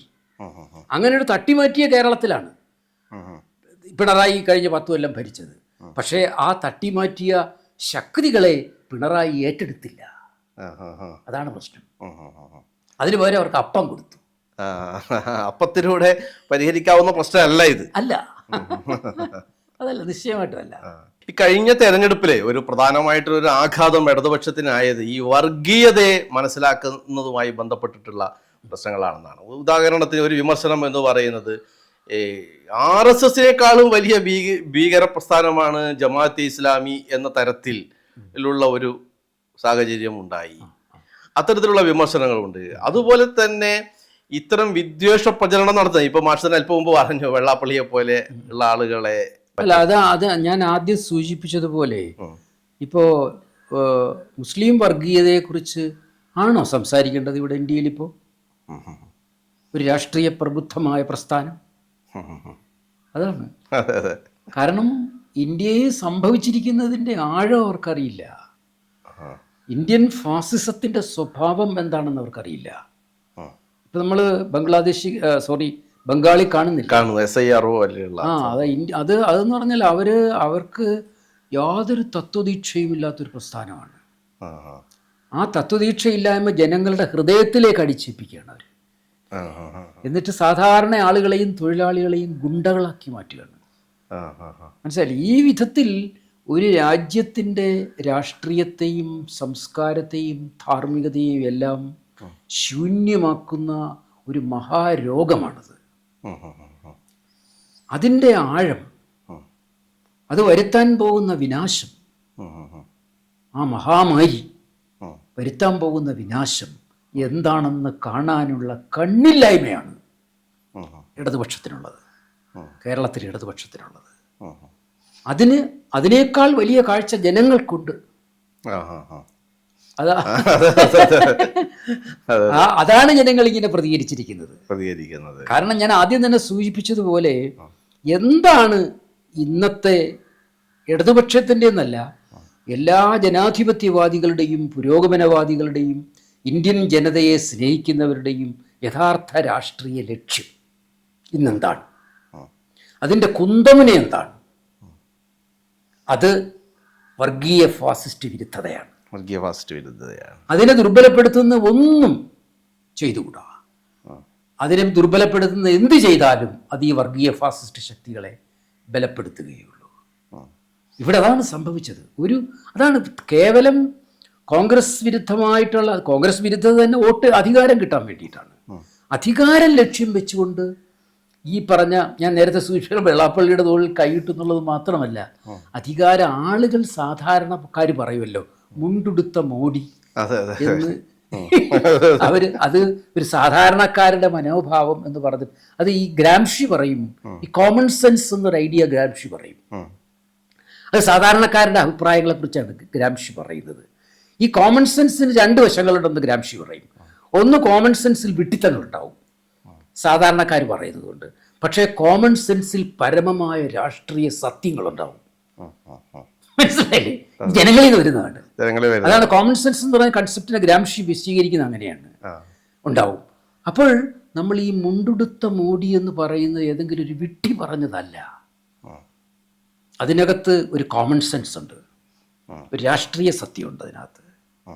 കാരണം നിങ്ങൾ ആലോചിക്കണം, ഈ തിരുവനന്തപുരം സിറ്റിയിൽ ശ്രീ എം എന്ന് പറയുന്ന ഈ BJPയുടെ RSSന്റെ പരമഗുരുവിന് ആശ്രമം തുടങ്ങാൻ 4 ഏക്കർ സ്ഥലമാണ് ഈ ഗവൺമെന്റ് എൻ്റെ വീടിനടുത്താണ് കൊടുത്തിരിക്കുന്നത്. അതിനെപ്പറ്റി ഒരിക്കലും ഈ ഒരു ഇന്ത്യയുടെ രാഷ്ട്രീയ പ്രതിസന്ധി എന്താണെന്ന് അറിയുന്ന ഒരാൾ ഒരിക്കലും ചെയ്യില്ല, ഒരു പ്രസ്ഥാനം ചെയ്യില്ല, ഒരിക്കലും ചെയ്യില്ല. വേറെ എന്തെല്ലാം ചെയ്യാ 4 ഏക്കർ കൊണ്ട് ഗുണങ്ങൾ, എന്ത് വിലയുള്ള സ്ഥലമാണെന്നറിയാം. അതുപോട്ടെ. ഇങ്ങനെ ഓരോ കാര്യങ്ങളിലും, പിന്നെ മാത്രമല്ല ആളുകൾക്കൊക്കെ ബോധ്യം വരുന്നതാണ്. ആളുകൾ ഇതുപോലെ കോമൺ സെൻസിൽ പറയുന്ന ഒരു കാര്യമാണ്. ഞാൻ ഈ ഗ്രാംഷിയൻ കോമൺ സെൻസ് പറയുകയാണ്. കോമൺ സെൻസിൽ പറയുന്ന വേറെ ഈ മുണ്ടെടുത്ത മോഡി എന്ന് പറയുന്ന പോലെ തന്നെ വേറൊരു കാര്യം പറയും. അതായത് ഈ മറ്റ് സംസ്ഥാനങ്ങളിലെല്ലാം കോൺഗ്രസ് ഇതര സംസ്ഥാനങ്ങളിലെല്ലാം നേതാക്കന്മാരുടെ വീടുകളിൽ EDയും CBIയും കയറി ഇറങ്ങുകയാണ്. കേരളത്തിൽ എന്താ കയറി ഇറങ്ങാത്തത്? ഇത് സാധാരണക്കാരുടെ ചോദ്യമാണിത്. ലാവ്ലിൻ കേസ് എന്താ 100ാം തവണ മാറ്റിവെക്കുന്നത്? ഇന്ത്യൻ ജുഡീഷ്യറിയുടെ ചരിത്രത്തിൽ അങ്ങനെ ഒരു സംഭവം ഉണ്ടോ? ഇതൊക്കെ സാധാരണക്കാരുടെ ചോദ്യങ്ങളാണ്. The political truth of common sense. അതാണ് കോമൺ സെൻസിന്റെ പരമമായ സത്യം എന്ന് പറയുന്നത്. അതാണ്. ഇതൊക്കെ ആളുകൾ പറയുമ്പോൾ ഇതിനകത്ത് ഈ പറയുന്ന കാര്യമല്ല അത്, ഈ പറയുന്ന അതിൻ്റെ പിന്നിലുള്ള രാഷ്ട്രീയമാണ്. അപ്പൊ ഈ രാഷ്ട്രീയത്തിൽ ഈ കേരളത്തിലെ ഇടതുപക്ഷവും പിണറായി വിജയനും BJPയോട് ഈ RSSനോട് ഒക്കെ വളരെ വലിയ വിട്ടുവീഴ്ചകൾ ചെയ്തിട്ടുണ്ട്. അതുകൊണ്ടാണ് ഈ കോമൺ സെൻസുകാർ തന്നെ പറയുന്ന അന്തർധാര. അന്തർധാര എന്ന് പറയുന്നു. അത് രാഷ്ട്രീയ ചിന്തകർക്ക് മനസ്സിലാവില്ല. ഇല്ല, മനസ്സിലാവില്ല. ഞാനിപ്പോ ഈ പറഞ്ഞ ഉദാഹരണങ്ങളൊന്നും ഇപ്പൊ ശ്രീയമ്മന് 4 ഏക്കർ സ്ഥലം കൊടുത്തു സൈദ്ധാന്തിക പ്രശ്നമല്ല, സൈദ്ധാന്തിക പ്രശ്നമല്ല, സാധാരണക്കാരുടെ പ്രശ്നങ്ങളാണ്. മനസ്സിലായില്ലേ? ഇയാള് പിന്നെ പിണറായി വിജയൻ പാന്റ് ഇട്ടാ മാറുന്ന പ്രശ്നമല്ലത്. അത് ഈ മാവോയിസ്റ്റ് 8 മാവോയിസ്റ്റുകളെ കൊന്നുകൊടുത്തു എന്നൊക്കെ തരത്തിലുള്ള അതൊക്കെ സാധാരണക്കാരുടെ ഉള്ള പ്രശ്നമാണ്. മാവോയിസ്റ്റ് ലഘുലേഖകൾ കൊണ്ടു നടന്ന 2 ചെറുപ്പക്കാരെ പിടിച്ച് UAPA അകത്തിട്ടു എന്നൊക്കെ പറഞ്ഞു. ഇതൊക്കെയും കാണിക്കുന്നത് ഇവർക്ക്, ഞാൻ ആദ്യം ഒറ്റ പോയിന്റിലാണ് ഞാൻ ഉറച്ചു നിൽക്കുന്നത്. ആദ്യം മുതൽ തന്നെ ഇവർക്ക് ഇന്ത്യൻ രാഷ്ട്രീയം നേരിടുന്ന യഥാർത്ഥ പ്രതിസന്ധി എന്താണെന്നറിയില്ല. ഇന്ത്യൻ രാഷ്ട്രീയം നേരിടുന്ന ബ്രിട്ടീഷ് കാലഘട്ടത്തിനേക്കാളും ഭീകരമായ ഇന്ത്യ നേരിടുന്ന അടിമത്തത്തിന്റെ ആഴം അറിയില്ല. അതാണ് പ്രശ്നം. അത് ഉൾക്കൊള്ളണം ഇടതുപക്ഷം. ഇവിടെ ഒരു പ്രതീകം നമ്മുടെ മനസ്സിലേക്ക് വരുന്നുണ്ട്. അതായത് VS എന്നുള്ള ഒരു മനുഷ്യന്റെ ഒരു പ്രഭയും കാര്യങ്ങളും ചർച്ച ചെയ്യേണ്ടുന്ന ഒരു സമയമാണെന്ന് എനിക്ക് തോന്നുന്നു. ഉദാഹരണത്തിന് പാർട്ടിയിൽ നിന്നുകൊണ്ട് തന്നെ ഒരു വലിയൊരു തിരുത്തൽ ശക്തിയായി VS ഉണ്ടായിരുന്നു. VS ഭരിച്ച് മാറുമ്പോൾ പോലും 2011 പോലും VS ഒരു ഭരണവിരുദ്ധ വികാരം ഉണ്ടായിരുന്നില്ല കേരളത്തിൽ. കാരണം 2-3 സീറ്റിന്റെ വ്യത്യാസമേ ഉണ്ടായിരുന്നുള്ളൂ. 2014 പിണറായി വിജയൻ അധികാരത്തിൽ ഏൽക്കുന്നത് പോലും VSന്റെ ഒരു ഫോട്ടോ വെച്ചിട്ടും VS എന്ന ഒരു പ്രതീകത്തിന്റെ കൂടി വിജയം കൂടിയാണ്. അപ്പൊ VS എന്നൊരു പ്രതീകത്തെ ഇതുമായി ഒക്കെ കൂട്ടിച്ചേർക്കുമ്പോൾ ആ ഒരു അസാന്നിധ്യവും കാര്യങ്ങളും ഒക്കെ എങ്ങനെയാണ്? അത് നമ്മൾ കേരളത്തിലെ കമ്മ്യൂണിസ്റ്റ് പാർട്ടിയുടെ സമീപകാല ചരിത്രവുമായി ബന്ധപ്പെട്ടതാണ്. VS എന്ന് പറയുന്ന ജനകീയ നേതാവ് ഒരർത്ഥത്തിൽ ഇന്ത്യൻ കമ്മ്യൂണിസ്റ്റ് പ്രസ്ഥാനത്തിൽ തന്നെ ഉള്ള ഒരു പുതിയ പ്രതിഭാസമായിരുന്നതാണ് എൻ്റെ അഭിപ്രായം. VSന് അത്ര കണ്ട് വലിയ ഒരു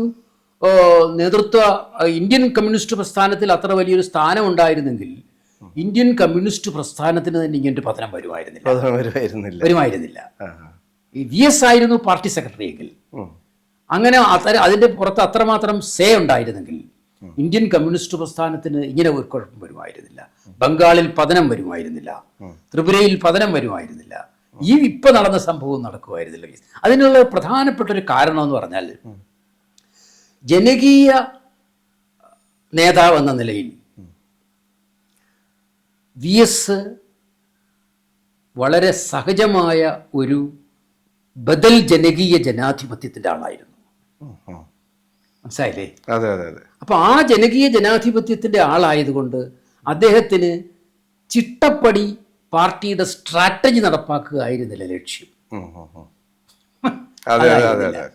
ജനങ്ങളുടെ അഭിലാഷങ്ങളെ കണക്കിലെടുത്തുകൊണ്ട് ജനങ്ങളാണ് രാഷ്ട്രീയത്തിന്റെ അടിസ്ഥാനമെന്ന് മനസ്സിലാക്കിക്കൊണ്ട് അവരിലൂടെ പുതുലോകം സൃഷ്ടിക്കാനാണ് ശ്രമിച്ചത്. അതുകൊണ്ടാണ് അദ്ദേഹം കൂടംകുളം ആണവ നിലയ സമരത്തിന് പോയത്. കാരണം ഇന്നത്തെ ഏറ്റവും വലിയ ഉൾക്കാഴ്ചയാണത്. അദ്ദേഹം സൈദ്ധാന്തികമായിട്ട് അറിഞ്ഞിട്ടില്ല. ലോകത്തെ മുഴുവനും ഊറ്റിക്കുടിക്കുന്ന ഭീകര ശക്തിയായിട്ട് മാറുന്ന കോർപ്പറേറ്റ് സംവിധാനത്തിൻ്റെ ഭാഗമാണ് ഈ ആണവ നിലയം. മനുഷ്യനല്ല പ്രശ്നം, മനുഷ്യനോ ജീവജാലങ്ങളോ അല്ല അവർക്ക് പ്രശ്നം. ഇതൊരു കമ്മ്യൂണിസ്റ്റ് എന്ന നിലയിൽ, അതായത് അതിന് ആ കമ്മ്യൂണിസ്റ്റ് ഇൻറ്റ്യൂഷൻ എന്ന് പറയും. ആ കമ്മ്യൂണിസ്റ്റ് ഇൻറ്റ്യൂഷനാണത്. അത്തരം കമ്മ്യൂണിസ്റ്റ് ഇൻറ്റ്യൂഷനുള്ള നേതാവാണ് യഥാർത്ഥ കമ്മ്യൂണിസ്റ്റ് നേതാവ്. ജനങ്ങളെയും പ്രകൃതിയെയും സ്നേഹിക്കുന്നവനാണത്. ആ സ്നേഹത്തിൽ നിന്ന് വരുന്നതാണത്. Ultimately communism is love. സ്നേഹത്തിൽ നിന്ന് പോയി കഴിഞ്ഞാൽ പിന്നെ ഒന്നുമല്ല അത് കൊലയാണ്. പിന്നെ മനസ്സിലായില്ലേ? അപ്പോൾ അത്തരത്തിലുള്ള ഒരു കമ്മ്യൂണിസ്റ്റ് ആയിരുന്നു VS. അത് അദ്ദേഹത്തിൻ്റെ പാണ്ഡിത്യം കൊണ്ടോ അദ്ദേഹത്തിൻ്റെ ഈ പാർട്ടിയോടുള്ള മതവിശ്വാസം കൊണ്ടോ ഉണ്ടായതല്ല. പാർട്ടി മതമാണെന്ന് വിശ്വസിക്കുന്നവനാണ് എതിരാളിയെ കൊല ചെയ്യുന്നത്.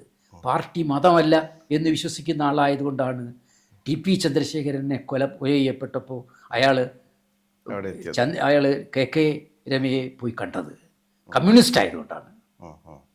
ഈ വ്യത്യാസം VS തന്നെ സ്വയം പുതുക്കുകയായിരുന്നു. അങ്ങനെയാണല്ലോ. അത് അദ്ദേഹം ഒരു യാന്ത്രിക കമ്മ്യൂണിസം, പഴയ തരത്തിലുള്ള യാന്ത്രിക കമ്മ്യൂണിസത്തിൽ നിന്ന് ജനങ്ങളുമായിട്ടുള്ള സഹവാസത്തിൽ കൂടെ, അതിൻ്റെ ആ ഒരു സഹജജ്ഞാനത്തിൽ കൂടെ നാം പറയേണ്ടതിന്, ജനങ്ങളുടെ വികാരങ്ങളെയും രാജ്യത്ത് നടക്കുന്ന സംഭവങ്ങളെയും കുറിച്ചുള്ള സഹജജ്ഞാനത്തിലൂടെ ആർജിച്ച അദ്ദേഹത്തിൻ്റെ കമ്മ്യൂണിസ്റ്റ് ബോധത്തിൻ്റെ വികാസമായിരുന്നു അത്. ഞാനിപ്പോൾ വടക്കേ മലബാറിലെ കമ്മ്യൂണിസ്റ്റ് ഗ്രാമങ്ങളിൽ നിന്ന് വരുന്ന ഒരാളാണ്. അപ്പോൾ നമുക്കറിയാം വടക്കേ മലബാറിലെ കമ്മ്യൂണിസ്റ്റ് ഗ്രാമങ്ങളിൽ വന്ന വലിയ ഒരു അടിയൊഴുക്കുകളെ കുറിച്ചിട്ട് ആണ് നമ്മളിപ്പോൾ പറയുന്നത്. അപ്പോൾ ഉദാഹരണത്തിന് ഇപ്പോൾ തൃക്കരിപ്പൂര് മണ്ഡലത്തിലാണ് കയ്യൂര്, പയ്യന്നൂർ മണ്ഡലത്തിലാണ് കരിവെള്ളൂര്, മൊറാഴ തളിപ്പറമ്പ് മണ്ഡലത്തിലാണ്. അപ്പോൾ ഇങ്ങനെയുള്ള ഈ കമ്മ്യൂണിസ്റ്റ് ഗ്രാമങ്ങളിൽ ഒക്കെ വലിയ ഒരു ഒഴുക്കാണ് ഉണ്ടായിരുന്നത്. കമ്മ്യൂണിസ്റ്റ് ഗ്രാമങ്ങളുടെ ആ ഒരു പഴയ എന്ത് തന്നെയായാലും ഒരു നിക്ഷേപം പോലെ വോട്ടുകളും നിക്ഷേപം പോലെയുള്ള ഒരു പിന്തുണയും എന്നും ഉണ്ടായിരുന്നതാണ് ഇപ്പോൾ തകർന്നിരിക്കുന്നത് ഇത്തരം നേതാക്കളിലൂടെ. ഇത് എന്താണ് ഈ ഒരു സൂചനയെ കുറിച്ച്? അല്ല, അതെന്ന് വെച്ചാൽ ഇപ്പം മലബാറിലും നമ്മളിപ്പോൾ തിരുവിതാംകൂറിലായിരുന്നല്ലോ VS ഉണ്ടായത്. അതെ.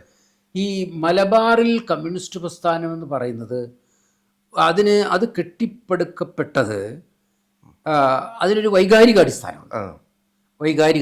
അതൊരു നമ്മൾ കമ്മ്യൂണൽ അഫക്ട്സ് എന്ന് പറയുന്നത്, കമ്മ്യൂണൽ ഫീലിങ്സ് എന്ന് പറയും. ഒരു സമൂഹം, ഗോത്ര സമൂഹങ്ങളുടെ സ്വഭാവമില്ലേ, കുലം എന്നൊക്കെ പറയുന്ന കുലഗോത്ര സമൂഹങ്ങളുടെ വൈകാരികതയാണ്. അപ്പൊ കുലഗോത്ര സമൂഹ രക്തബന്ധത്തെ ആശ്രയിച്ചിട്ടുള്ളതാണ്. ഈ രക്തബന്ധത്തിന് പകരം ഇവിടെ മലബാറിൽ അത് വളർന്നത് പാർട്ടി ബന്ധമാണ്.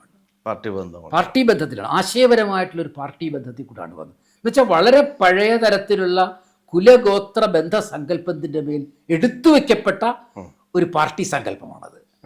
അതുകൊണ്ട് ആ കുലഗോത്ര സങ്കല്പത്തിൻ്റെ പഴയ പ്രാകൃതത്വം മുഴുവനും ഈ പാർട്ടിയെയും ബാധിക്കും. പാർട്ടി സങ്കല്പത്തെയും ബാധിക്കും. അത് വാസ്തവത്തിൽ ഒരു തെറ്റാണെന്നല്ല ഞാൻ പറയുന്നത്. അത് വാസ്തവത്തിൽ കമ്മ്യൂണിസ്റ്റുകാർ അതിനെ ഇവോൾവ് ചെയ്യണമായിരുന്നു. അത് മാർക്സ് തന്നെ ഈ സമയത്തിന്റെ പ്രശ്നമില്ല, അത് മാർക്സ് തന്നെ ഈ പ്രശ്നത്തെ അഭിമുഖീകരിച്ചിട്ടുണ്ട്. മാർക്സ് അത് സോവിയറ്റ് യൂണിയനിലെ കമ്മ്യൂണിസ്റ്റ് പ്രസ്ഥാനം സ്ഥാപിക്കുന്ന സമയത്ത് മാർക്സുമായിട്ട് പ്ലഖ്നോവിനെ പോലുള്ള കമ്മ്യൂണിസ്റ്റുകളുടെ ചർച്ച നടത്തുന്നുണ്ട്. ചർച്ച നടത്തുമ്പോൾ അവർ ചോദിക്കും, സഖാവേ, ഈ മാർക്സിസ്റ്റ് സങ്കല്പം അനുസരിച്ച് ഇവിടെ ധാരാളം ഗോത്ര സമൂഹങ്ങളാണുള്ളത്, സ്വകാര്യ സ്വത്തില്ലാത്ത വളരെ പ്രാകൃത ഗോത്ര സമൂഹങ്ങളാണുള്ളത്. അപ്പോൾ അവരെ നശിപ്പിച്ചിട്ട് നമ്മൾ മുതലാളിത്ത സമൂഹം സൃഷ്ടിച്ച് തൊഴിലാളി വർഗത്തെ ഉണ്ടാക്കി തൊഴിലാളി വർഗ വിപ്ലവം ഉണ്ടാക്കുകയാണോ വേണ്ടത്? അതോ ഇവരെ തന്നെ നമുക്ക് എന്താണ് ചെയ്യേണ്ടതെന്ന് ചോദിച്ചു. മാർക്സ് അതിനെപ്പറ്റി വളരെ ദീർഘമായിട്ട് അന്ന് വേരാ സുസൂലുവിച്ചിന് 5 കത്തുകൾ എഴുതിയിട്ടുണ്ട് മാർക്സ്. ആ കത്തുകൾ എഴുതിയിട്ടുള്ളത് ഈ ഗോത്ര സമൂഹങ്ങൾ അവർ പ്രാകൃതരായിരിക്കും, പക്ഷേ അവരുടെ ജീവിതം കമ്മ്യൂണിസ്റ്റ് ജീവിതമാണ്. മനസ്സിലല്ലേ? അതുകൊണ്ട് അവരുടെ ഇന്നത്തെ പ്രാകൃതാവസ്ഥയെ നമ്മൾ പൂർണ്ണ കമ്മ്യൂണിസത്തിലേക്ക് ഉയർത്തുകയാണ്. അല്ലാതെ അവരെ അത് നശിപ്പിച്ചിട്ട് തൊഴിലാളി വർഗത്തെ സൃഷ്ടിച്ച് മുതലാളിത്തം ഉണ്ടാക്കി തൊഴിലാളി വർഗത്തെ സൃഷ്ടിക്കുകയല്ല വേണ്ടത്. അതുകൊണ്ട് അവരെ വികസിപ്പിക്കുകയാണ് വേണ്ടത് എന്ന് പറഞ്ഞു. എന്ന് പറയുന്നത് പോലെ ഈ നമ്മുടെ കമ്മ്യൂണിസ്റ്റുകൾക്ക് അങ്ങനെ ഒരു ബോധമില്ലായിരുന്നത് കൊണ്ട് അവരതിനെ ഒരു ഉപാധിയാക്കി. മനസ്സിലായില്ലേ? അതിനെ ഒരു രാഷ്ട്രീയ ഉപകരണമാക്കി. ഇവരുടെ ജീർണത, ഇവരുടെ പിന്നോക്കാവസ്ഥയെ ഒരു ഉപാധിയാക്കിക്കൊണ്ട് അവരെക്കാലത്തും പാർട്ടിയുടെ അധികാരം കൈയാളാൻ നോക്കി. പിണറായി വിജയൻ വരെ അതാണ് ഉപയോഗിച്ചത്. ആ പാവങ്ങളുടെ ഈ അവസ്ഥയെ ഉപയോഗപ്പെടുത്തി. ഇത് മലബാറിലെ സ്ഥിതിയാണ്. അപ്പം മലബാറിലെ കമ്മ്യൂണിസ്റ്റ് പ്രസ്ഥാനത്തിൻ്റെ ഈ സ്വഭാവം, അവർക്ക് അധികാരമുണ്ട്. ജനങ്ങളുടെ ഈ മതവിശ്വാസം പോലുള്ള ഗോത്രവിശ്വാസം പോലുള്ള സംഗതി ഉണ്ടല്ലോ, ശക്തി അതുണ്ട്. അത് വിട്ടുവീഴ്ച ചെയ്യാത്തതാണ്, അത് അവർക്കുണ്ട്. പക്ഷേ തിരുവിതാംകൂറിൽ അങ്ങനെ ആയിരുന്നില്ല. തിരുവിതാംകൂറിലെ കർഷക പ്രസ്ഥാനവും ഒക്കെ വേറെ തരത്തിലുള്ള പിന്നെ ആധുനികവൽക്കരണവും ശ്രീനാരായണ ഗുരുവിൻ്റെ മൂവ്മെൻറ്റും ഒക്കെ ആയിട്ട് ബന്ധപ്പെട്ട് ഗോത്രത്തിനും കുലത്തിനും ജാതിക്കും അതീതമായിട്ടുള്ള മനുഷ്യ സമുദായം എന്ന് പറയുന്നൊരു സങ്കല്പമാണ് വന്നത്. ഗുരു ആവിഷ്കരിച്ചത് മനുഷ്യ സമുദായ സങ്കല്പമാണ്. ആ മനുഷ്യ സമുദായ സങ്കല്പത്തിൽ നിന്നാണ് അതിൻ്റെ ആ വികാസ പുന്നപ്രവയലാർ സമരം പോലും അതിൻ്റെ തുടർച്ചയാണ്. ആ വിധത്തിലുള്ള വികാസമാണ്. അപ്പോൾ അത്തരത്തിലുള്ള മനുഷ്യ സമുദായത്തിൻ്റെ വികാസത്തിലൂടെയാണ് കമ്മ്യൂണിസം വരേണ്ടതെന്ന് പറയുന്ന ഒരു സംസ്കാരത്തിൻ്റെ ഭാഗമാണ് വി എസും തിരുവിതാംകൂറിലെ ബഹുഭൂരിപക്ഷം. അപ്പം ഇത് തമ്മിലുള്ള ഒരു സംഘർഷമാണ് വന്നത്. സംഘർഷം വന്നപ്പോൾ കഴിഞ്ഞ കുറേ പതിറ്റാണ്ടുകളായി ഈ സംഘർഷം മൂർച്ഛിക്കുകയും, നമുക്കറിയാം ആ കാലത്തെ കമ്മ്യൂണിസ്റ്റ് പാർട്ടി ചരിത്രം എടുത്താൽ അറിയാം, മൂർച്ഛിക്കുകയും പിണറായി വിജയൻ്റെ നേതൃത്വത്തിൽ ഈ മലബാറിലെ പാവങ്ങളുടെ രാഷ്ട്രീയ മതവിശ്വാസത്തെ ഉപയോഗപ്പെടുത്തുന്ന ആ അധികാരം ഉപയോഗിച്ചുകൊണ്ട് വി എസിൻ്റെ മനുഷ്യപക്ഷത്തെ, എന്നുവെച്ചാൽ അതിനെ ഞാനൊരു ലിബറൽ അർത്ഥത്തിലല്ല, ആ മനുഷ്യപക്ഷത്തെ തകർക്കാൻ വേണ്ടി പാർട്ടി പിടിച്ചെടുക്കുകയാണ് ചെയ്തത്. ആ പാർട്ടി പിടിച്ചെടുത്തു, വി എസിനെ പുറത്താക്കുകയും ചെയ്തു. അർത്ഥത്തിൽ പക്ഷത്തിൽ പുറത്താക്കിയിട്ടില്ല ഇല്ല, പക്ഷേ വാസ്തവത്തിൽ സംഭവിച്ചതാണല്ലോ. അല്ല, വി എസ് പാർട്ടിക്കുള്ളിൽ തന്നെ ഉള്ള ഒരു പ്രഷർ വാൾവ് പോലെ ഒരു തിരുത്തലിന്റെ ശക്തിയായിട്ടാണ് ഉണ്ടായത്. അപ്പൊ നിലവിൽ ഇപ്പോൾ പുറത്തുപോയ നേതാക്കന്മാർ, ഇപ്പൊ ടി കെ ഗോവിന്ദനായാലും കുഞ്ഞികൃഷ്ണേട്ടനായാലും മറ്റേ ഈ നേതാക്കന്മാരൊക്കെ ആയാലും അങ്ങനെയല്ലേ ചെയ്യേണ്ടത്? വി എസിനെ മാതൃകയാക്കുന്നെങ്കിൽ പാർട്ടിക്കുള്ളിലുള്ള ഒരു പോരാട്ടമല്ലേ നടത്തേണ്ടത്? ഫലത്തിൽ കോൺഗ്രസിലേക്ക് തന്നെ കോൺഗ്രസ് ആവുക തന്നെയല്ലേ ഇവർ ചെയ്തത് എന്ന തരത്തിലുള്ള അത്തരം രൂക്ഷ വിമർശനങ്ങളും ഉണ്ടാവുന്നുണ്ട്. അല്ല, പാർട്ടിക്കുള്ളിൽ എൻ്റെ അഭിപ്രായത്തിൽ ഇപ്പൊ ജി സുധാകരൻ പുറത്തു പോയില്ലേ ആലപ്പുഴയിൽ നിന്ന്? പുറത്തു പോയല്ലോ. വി എസ് ഇന്ന് ജീവിച്ചിരുന്നെങ്കിൽ വി എസും പുറത്തു പോകുമായിരുന്നു ഈ സമയത്ത്. സംശയം എന്താണ്? ജി സുധാകരന് പോകാമെങ്കിൽ ഈ പറഞ്ഞ പോലെ കുഞ്ഞികൃഷ്ണനും ഗോവിന്ദനും പുറത്തു പോകാമെങ്കിൽ വി എസിനും പുറത്തു പോകാം. പുറത്തു പോകേണ്ടി വന്നേനെ സ്വാഭാവികമായിട്ടും. വി എസ് ഇന്ന് ജീവിച്ചിരുന്നെങ്കിൽ, ആക്റ്റീവായിരുന്നെങ്കിൽ ആ വിധത്തിൽ അദ്ദേഹത്തെ ഒതുക്കിയിരുന്നവർ. മനസ്സിലായില്ലേ? ശ്വാസം മുട്ടിച്ചിരുന്നു വി എസിനെ. നിങ്ങൾ ആലോചിക്കണം, ഒരു പോളിറ്റ് ബ്യൂറോ മെമ്പർ ആയിരുന്ന ആളെ കൊണ്ട് കൂടംകുളത്ത് പോയി എന്നും രമയെ സന്ദർശിക്കാൻ പോയി എന്നും പറഞ്ഞ് മാപ്പ് പറയിച്ചു.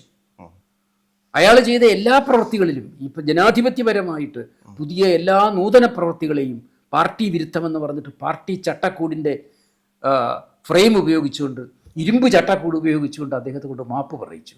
ശ്വാസം മുട്ടുന്നതിന് അതിന് വരില്ലേ? അതെ, പുറത്തു പോകും സ്വാഭാവികമായിട്ടും.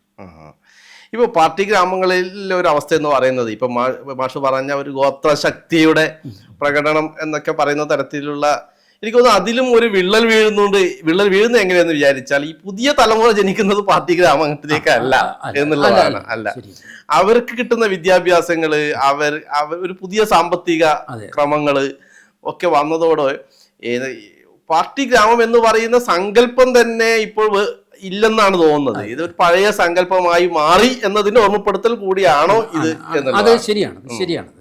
കാരണം പുതിയ തലമുറ വരുമ്പോഴത്തേക്ക് പഴയ തരത്തിലുള്ള പാർട്ടിയെ ഒരു ഗോത്ര മതവിശ്വാസമാക്കി ചുരുക്കാൻ കഴിയില്ല എന്നുള്ള ഈ പറഞ്ഞ യാഥാർത്ഥ്യത്തിന്റെ ഒരു പ്രകടനമാണല്ലോ ഇപ്പൊ സംഭവിച്ചത് തന്നെ. ആ മാറ്റം വന്നു, പുതിയ തലമുറയിൽ വന്നു. പുതിയ തലമുറയിലും സ്ത്രീകളിലും വന്നു. അതാണ് അവരെ കൂടുതലും ഈ പാർട്ടി ആ സ്ട്രാറ്റജി എന്ന് പറയുന്ന സാധനത്തെ, സ്ട്രാറ്റജിയാണല്ലോ പരമസത്യം അപ്പോൾ പാർട്ടിയുടെ.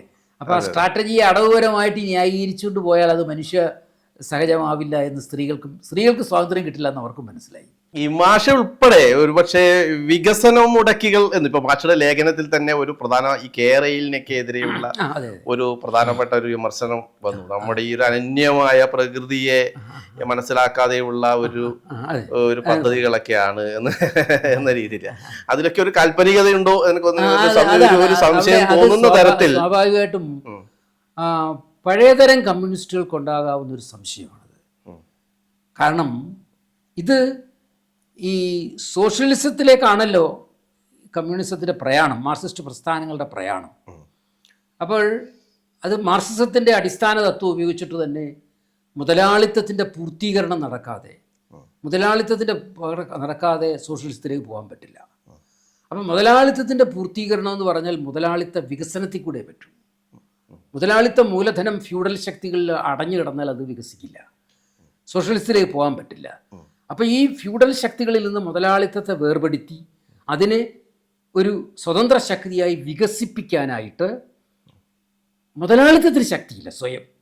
കാരണം അവർക്ക് ഫ്യൂഡൽ മടിത്തട്ടി കിടക്കുന്നതാണ് ഇഷ്ടം. അതെ അതെ. അതുകൊണ്ട് മുതലാളിത്ത വികസനത്തിന്റെ ഉത്തരവാദിത്വം ഏറ്റെടുക്കേണ്ടത് കമ്മ്യൂണിസ്റ്റുകാരാണ്. മനസ്സിലായില്ലേ? ഇതാണ് ശരിക്കും നമ്മുടെ കോമിന്റേണിൽ നിന്ന് തന്നെ വന്നിട്ടുള്ള ഒരു എല്ലാ ലോകത്തിലെ എല്ലാ ഈ പറഞ്ഞ 20-ാം നൂറ്റാണ്ടിലെ എല്ലാ കമ്മ്യൂണിസ്റ്റ് പ്രസ്ഥാനങ്ങളും ഉൾക്കൊണ്ടത് ഇതാണ്, ഇത്തരത്തിലുള്ള വികസനം. അതിന്റെ ഒരു വിജയ മാതൃകയല്ലേ ചൈന? അത് അല്ല, അതിന്റെ വിജയ മാതൃകയെന്നല്ല, അത് നമ്മൾ വേറൊരു വിഷയമാണത്, ഞാൻ പറഞ്ഞു വന്നതല്ല. അതല്ല, മനസ്സിലായില്ലേ? അപ്പൊ ഇത് ഇത്തരത്തിലുള്ള വികസനത്തിൽ കൂടെയാണ് പോകേണ്ടത് എന്നുള്ള ആ ഒരു സങ്കല്പത്തെ എല്ലാ പാർട്ടികളും ഇപ്പോഴും മുറുകെ പിടിക്കുന്നു എന്നുള്ളതാണ്. ഞാൻ നേരത്തെ സൂചിപ്പിച്ചതുപോലെ ഇതിനകത്ത് ഈ അപ്പത്തിന്റെ കാര്യം പറഞ്ഞല്ല ഞാൻ, മനസ്സിലായില്ലേ? ഈ വികസനം, അതായത് ഇത്തരത്തിലുള്ള ഇൻഫ്രാസ്ട്രക്ചറൽ വികസനം, അതുപോലെ തന്നെ മൂലധന നിക്ഷേപത്തിന്റെ വ്യാപ്തി, ഇതിലെല്ലാം കൂടി ഇങ്ങനെ വികസിപ്പിച്ച് മുതലാളിത്തം വികസിപ്പിച്ചിട്ട് അവസാനം സോഷ്യലിസത്തിൽ എത്താമെന്നാണ് വിചാരിക്കുന്നത്. മനസ്സിലായില്ലേ? അവസാനം സോഷ്യലിസത്തിൽ ഇത് എത്തുമോ ഇല്ലയോ എന്ന് ഇപ്പം പറയാൻ പറ്റില്ല. പക്ഷേ ഈ പറഞ്ഞ വിധത്തിൽ, കാരണം ഇത് ക്യാപിറ്റൽ, ഒന്നാമത്തെ കാര്യം വാട്ട് ഈസ് ക്യാപിറ്റൽ? ക്യാപിറ്റൽ എന്ന് പറയുന്നത് അത് മാർക്സ് ഗ്രൻഡ്രിസി പറഞ്ഞിട്ടുണ്ടത്, അത് മാർക്സിസ്റ്റുകാർ അധികം കൈകാര്യം ചെയ്തിട്ടില്ല. ക്യാപിറ്റൽ, മൂലധനം എന്ന് പറയുന്നത് ഡെഡ് ലേബറാണ്, മനുഷ്യാധ്വാനത്തിൻ്റെ മൃതാവശിഷ്ടമാണത്, ഡെഡ് ലേബറാണ്. ആ ഡെഡ് ലേബർ എന്ന് പറയുന്നത് ഇന്നത്തെ ഭാഷയിൽ പറഞ്ഞാൽ സോംബിയാണത്, നരഭോജിയാണ്. മനസ്സിലായില്ലേ? അത് ജീർണിക്കുന്ന ശക്തിയാണ്, വളരുന്ന ശക്തിയല്ല. അപ്പൊ ഈ പറഞ്ഞ ശവശരീരത്തെ വികസിപ്പിച്ചിട്ട് ജീവൻ ഉണ്ടാക്കാം എന്നാണ് ഇവർ വിചാരിക്കുന്നത്. ഈ ശവശരീരത്തിൽ നിന്ന് പുതിയ ലോകം സൃഷ്ടിക്കാമെന്നാണ് വിചാരിക്കുന്നത്, ശവക്കൂമ്പാരത്തിൽ നിന്ന്.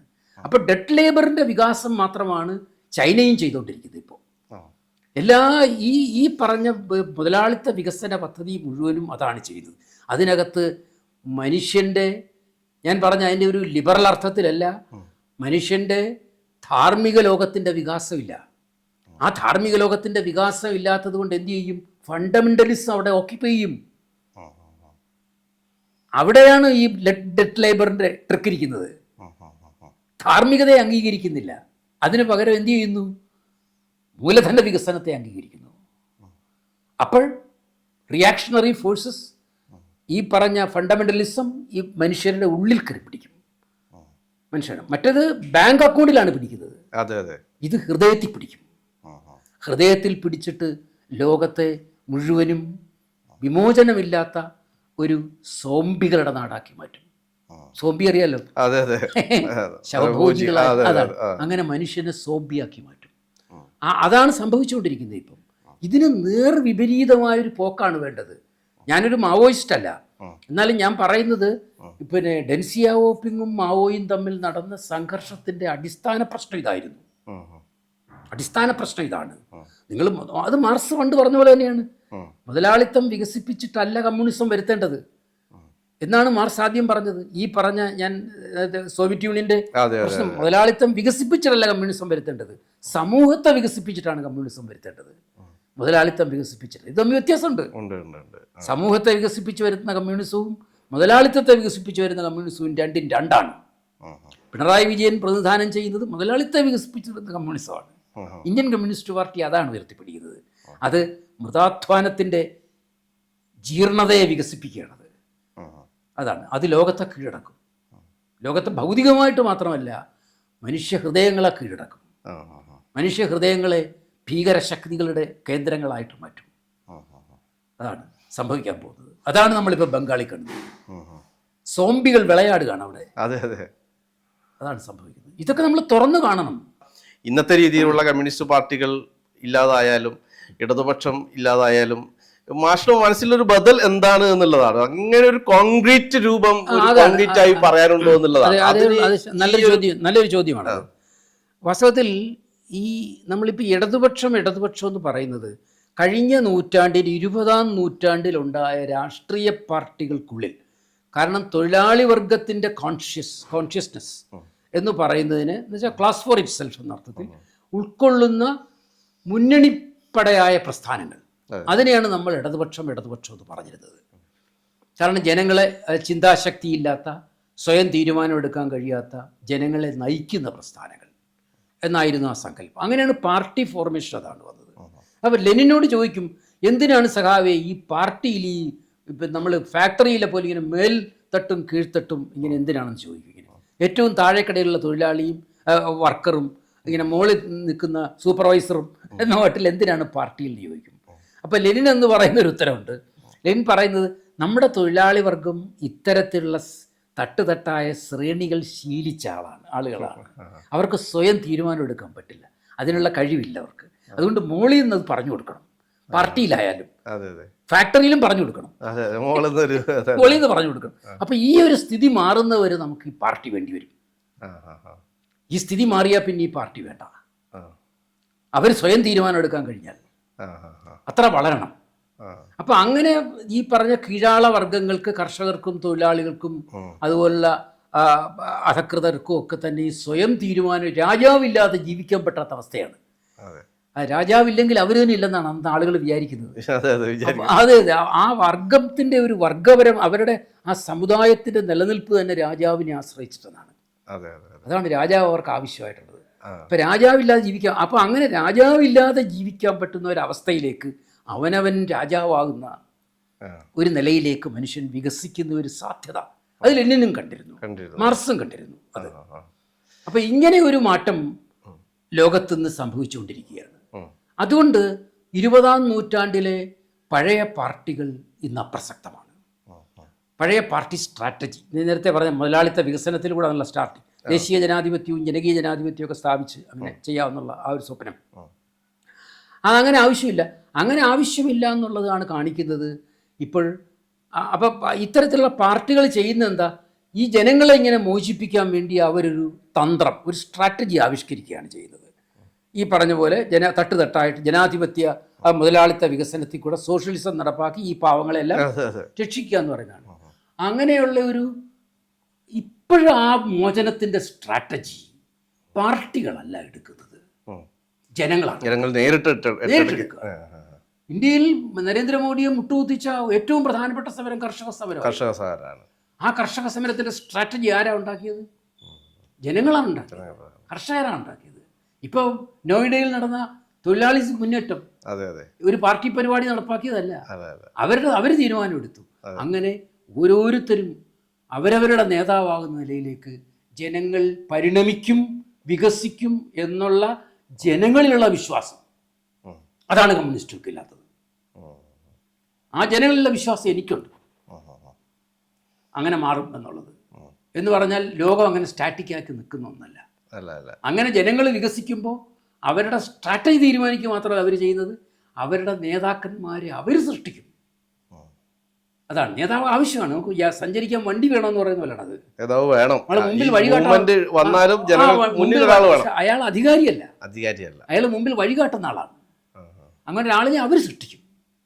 ഈ തരത്തിലാണ് ഗ്ലോബൽ പൊളിറ്റിക്സ് ട്രാൻസ്ഫോം ചെയ്തുകൊണ്ടിരിക്കുന്നത്. പക്ഷേ ഈ ട്രാൻസ്ഫോർമേഷൻ ബിഗിനിങ്ങിലാണ്.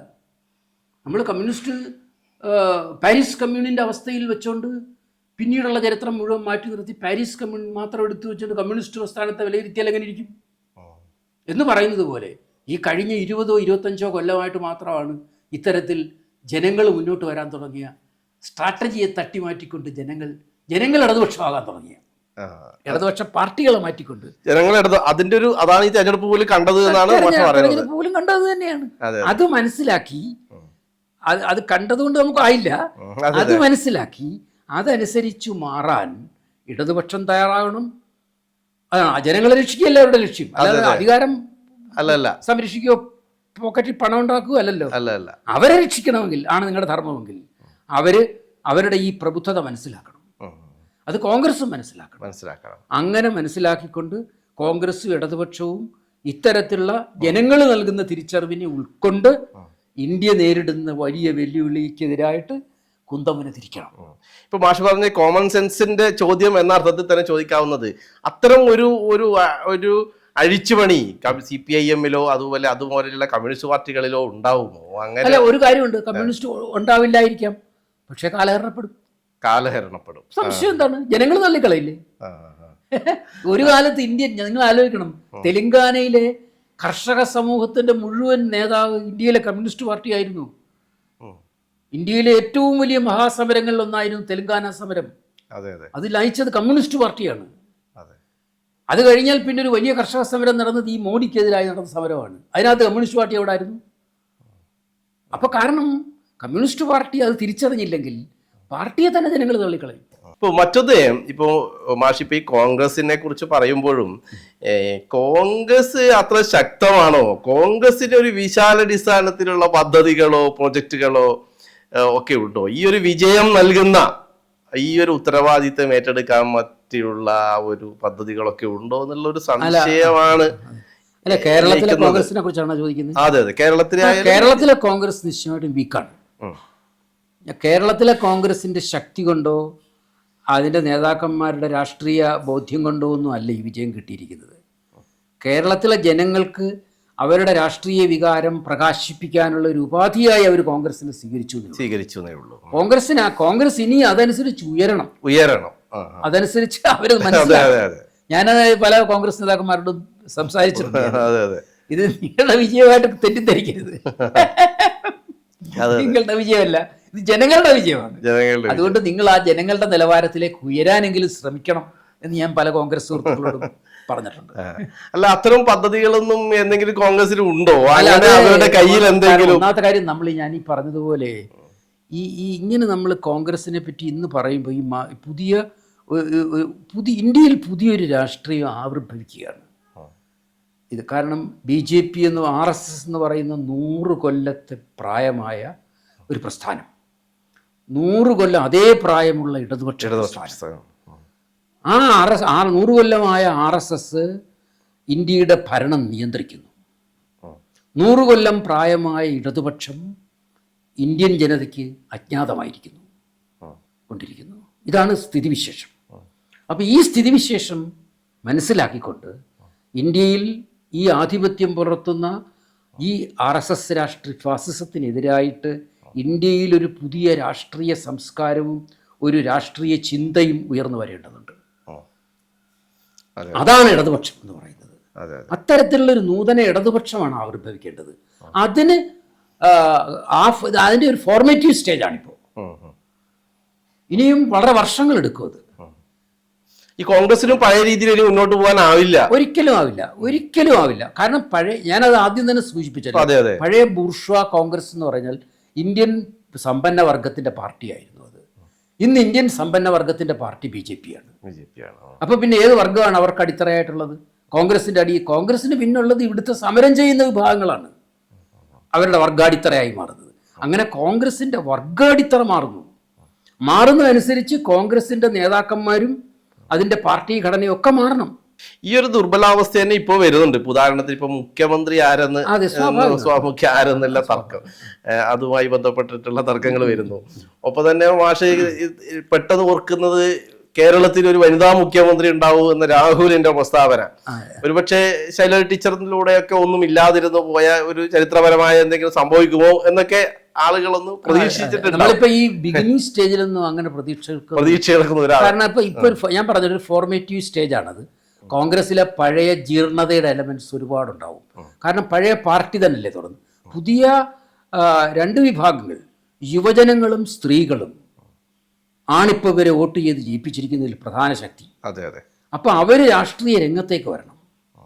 അവർ രാഷ്ട്രീയ രംഗത്തേക്ക് വരുന്നതോടുകൂടി കോൺഗ്രസിലെ ആ ഒരു ഇന്നത്തെ പഴയ എലമെന്റ്സ് സ്വാഭാവികമായിട്ടും കൊഴിഞ്ഞു പോയിട്ട് അത് അവർ ആ ഒരു ഇടതുപക്ഷവുമായിട്ട് ചേർന്നുകൊണ്ട് അവർക്ക് ഈ BJP വിരുദ്ധ സമരത്തിൻ്റെ ഒരു കുന്തമുന മൂർച്ച കൂട്ടാൻ കഴിയും. അതാണ് വേണ്ടത്. അതിന് ഇവരെല്ലാം സന്നദ്ധരാവണം. കമ്മ്യൂണിസ്റ്റ് പാർട്ടിയിൽ തന്നെ ഇപ്പൊ നമുക്കറിയാം, ഈ ലോക്സഭയിൽ പ്രതിപക്ഷ നേതൃസ്ഥാനം വരെ ഉണ്ടായ കമ്മ്യൂണിസ്റ്റ് പാർട്ടി അപ്പൊ അങ്ങനെ പ്രാതിനിധ്യ നാമാവിശേഷമായിട്ട് മാറുന്നൊരു അവസ്ഥയിൽ ഈ കമ്മ്യൂണിസ്റ്റ് പാർട്ടിയുടെ ഈ ഒരു നേതൃ സംവിധാനത്തിൽ ഇപ്പോഴുള്ളവര് ഒന്ന് മാറാൻ തയ്യാറാവുകയോ അഴിച്ചുപണിക്കൊക്കെ തയ്യാറാവും എന്നൊരു രീതിയിലേക്ക് നമുക്ക് ചിന്തിക്കാൻ പറ്റുമോ? അല്ലാതെ ഈ ചെറിയ അധികാരത്തിൽ തന്നെ പിടിച്ചു തൂങ്ങി ഇവരെല്ലാവരും അധികാരത്തിൽ പിടിച്ചു വെക്കാൻ നോക്കുള്ളൂ. കാരണം ഒരു കാരണം എന്താ അറിയിപ്പിച്ചു, ഈ പിന്നെ അത് നമ്മൾ ഈ ലോക കമ്മ്യൂണിസ്റ്റ് പ്രസ്ഥാനത്തിൽ മുഴുവൻ പരിശോധിച്ചാൽ അറിയാം, വളരെയധികം രോഗികളും വൃദ്ധരും ഒക്കെ ആയിട്ട് പോലും നേതൃത്വം വിട്ടുകൊടുക്കാൻ തയ്യാറാകാത്ത നേതൃനിര, മനസ്സിലായില്ലേ, ഒഴിഞ്ഞു പോകാൻ തയ്യാറാവാത്ത. കാരണം അവരുടെ സ്വാർത്ഥതയല്ല അത്.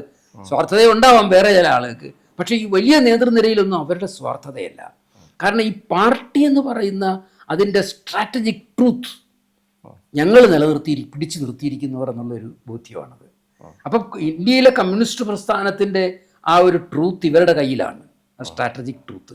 അത് വേറെ ആളുകൾ തട്ടിയെടുത്ത പാർട്ടി അല്ലാതായി പോകും. അതുകൊണ്ട് സംഭവിക്കുന്നത് എന്താണെന്ന് വെച്ചാൽ ഇവരോടുകൂടി ഈ പാർട്ടിയും ഇല്ലാതായി പോകും. അങ്ങനെയാണ്. ഇപ്പൊ പിണറായിയുടെ ഒരു ഏകാധിപത്യ പ്രവണതകളെ കുറിച്ചൊക്കെ ചർച്ച ചെയ്യുന്ന ഒരു കാലത്ത് ഇത്തരം ദുരധികാര പ്രവണതകൾ ഉണ്ട് എന്ന് പറഞ്ഞ പഴയ ഏകാധിപതികളൊക്കെ പോലെ ഒരു പിൻഗാമിയെ ഉണ്ടാക്കിയിട്ടില്ല എന്നുള്ളതാണ്.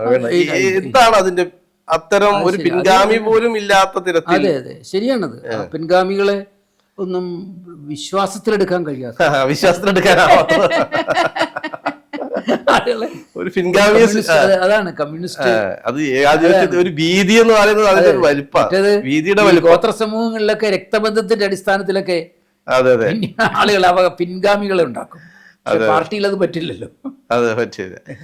ഇപ്പൊ മാഷ് പറഞ്ഞ ഈ ഒരു ഭാവിയുടെ രാഷ്ട്രീയം എന്ന് പറയുന്നത് ഇപ്പോ നമ്മുടെ ഈ ഒരു കേരളം പോലെ വലിയൊരു എന്ന സൊസൈറ്റിയിൽ അതിനൊരു മധ്യവർഗം, അവരുടെ ആസക്തികള്, മോഹങ്ങള് ഒക്കെ ഉണ്ട് ഒരു ഭാഗത്ത്. ഒപ്പം തന്നെ ഒരു പുതിയ നമ്മൾ പറയുന്ന ജെൻസി ആൽഫ തലമുറകളുടെ ഒരു ലോകവും വന്നു. ഈ ന്യൂ മീഡിയയുടെ ഒക്കെ ഒരു ലോകത്തിലേക്ക് വന്ന സ്ഥിതിക്ക് ഇനിയും നമ്മളൊക്കെ ഇടതുപക്ഷ പ്രസ്ഥാനങ്ങളുടെ ഭാഗമായും ഒക്കെ ഉള്ള ഒരാളുകൾ തന്നെയാണ് പല നിലകളിൽ.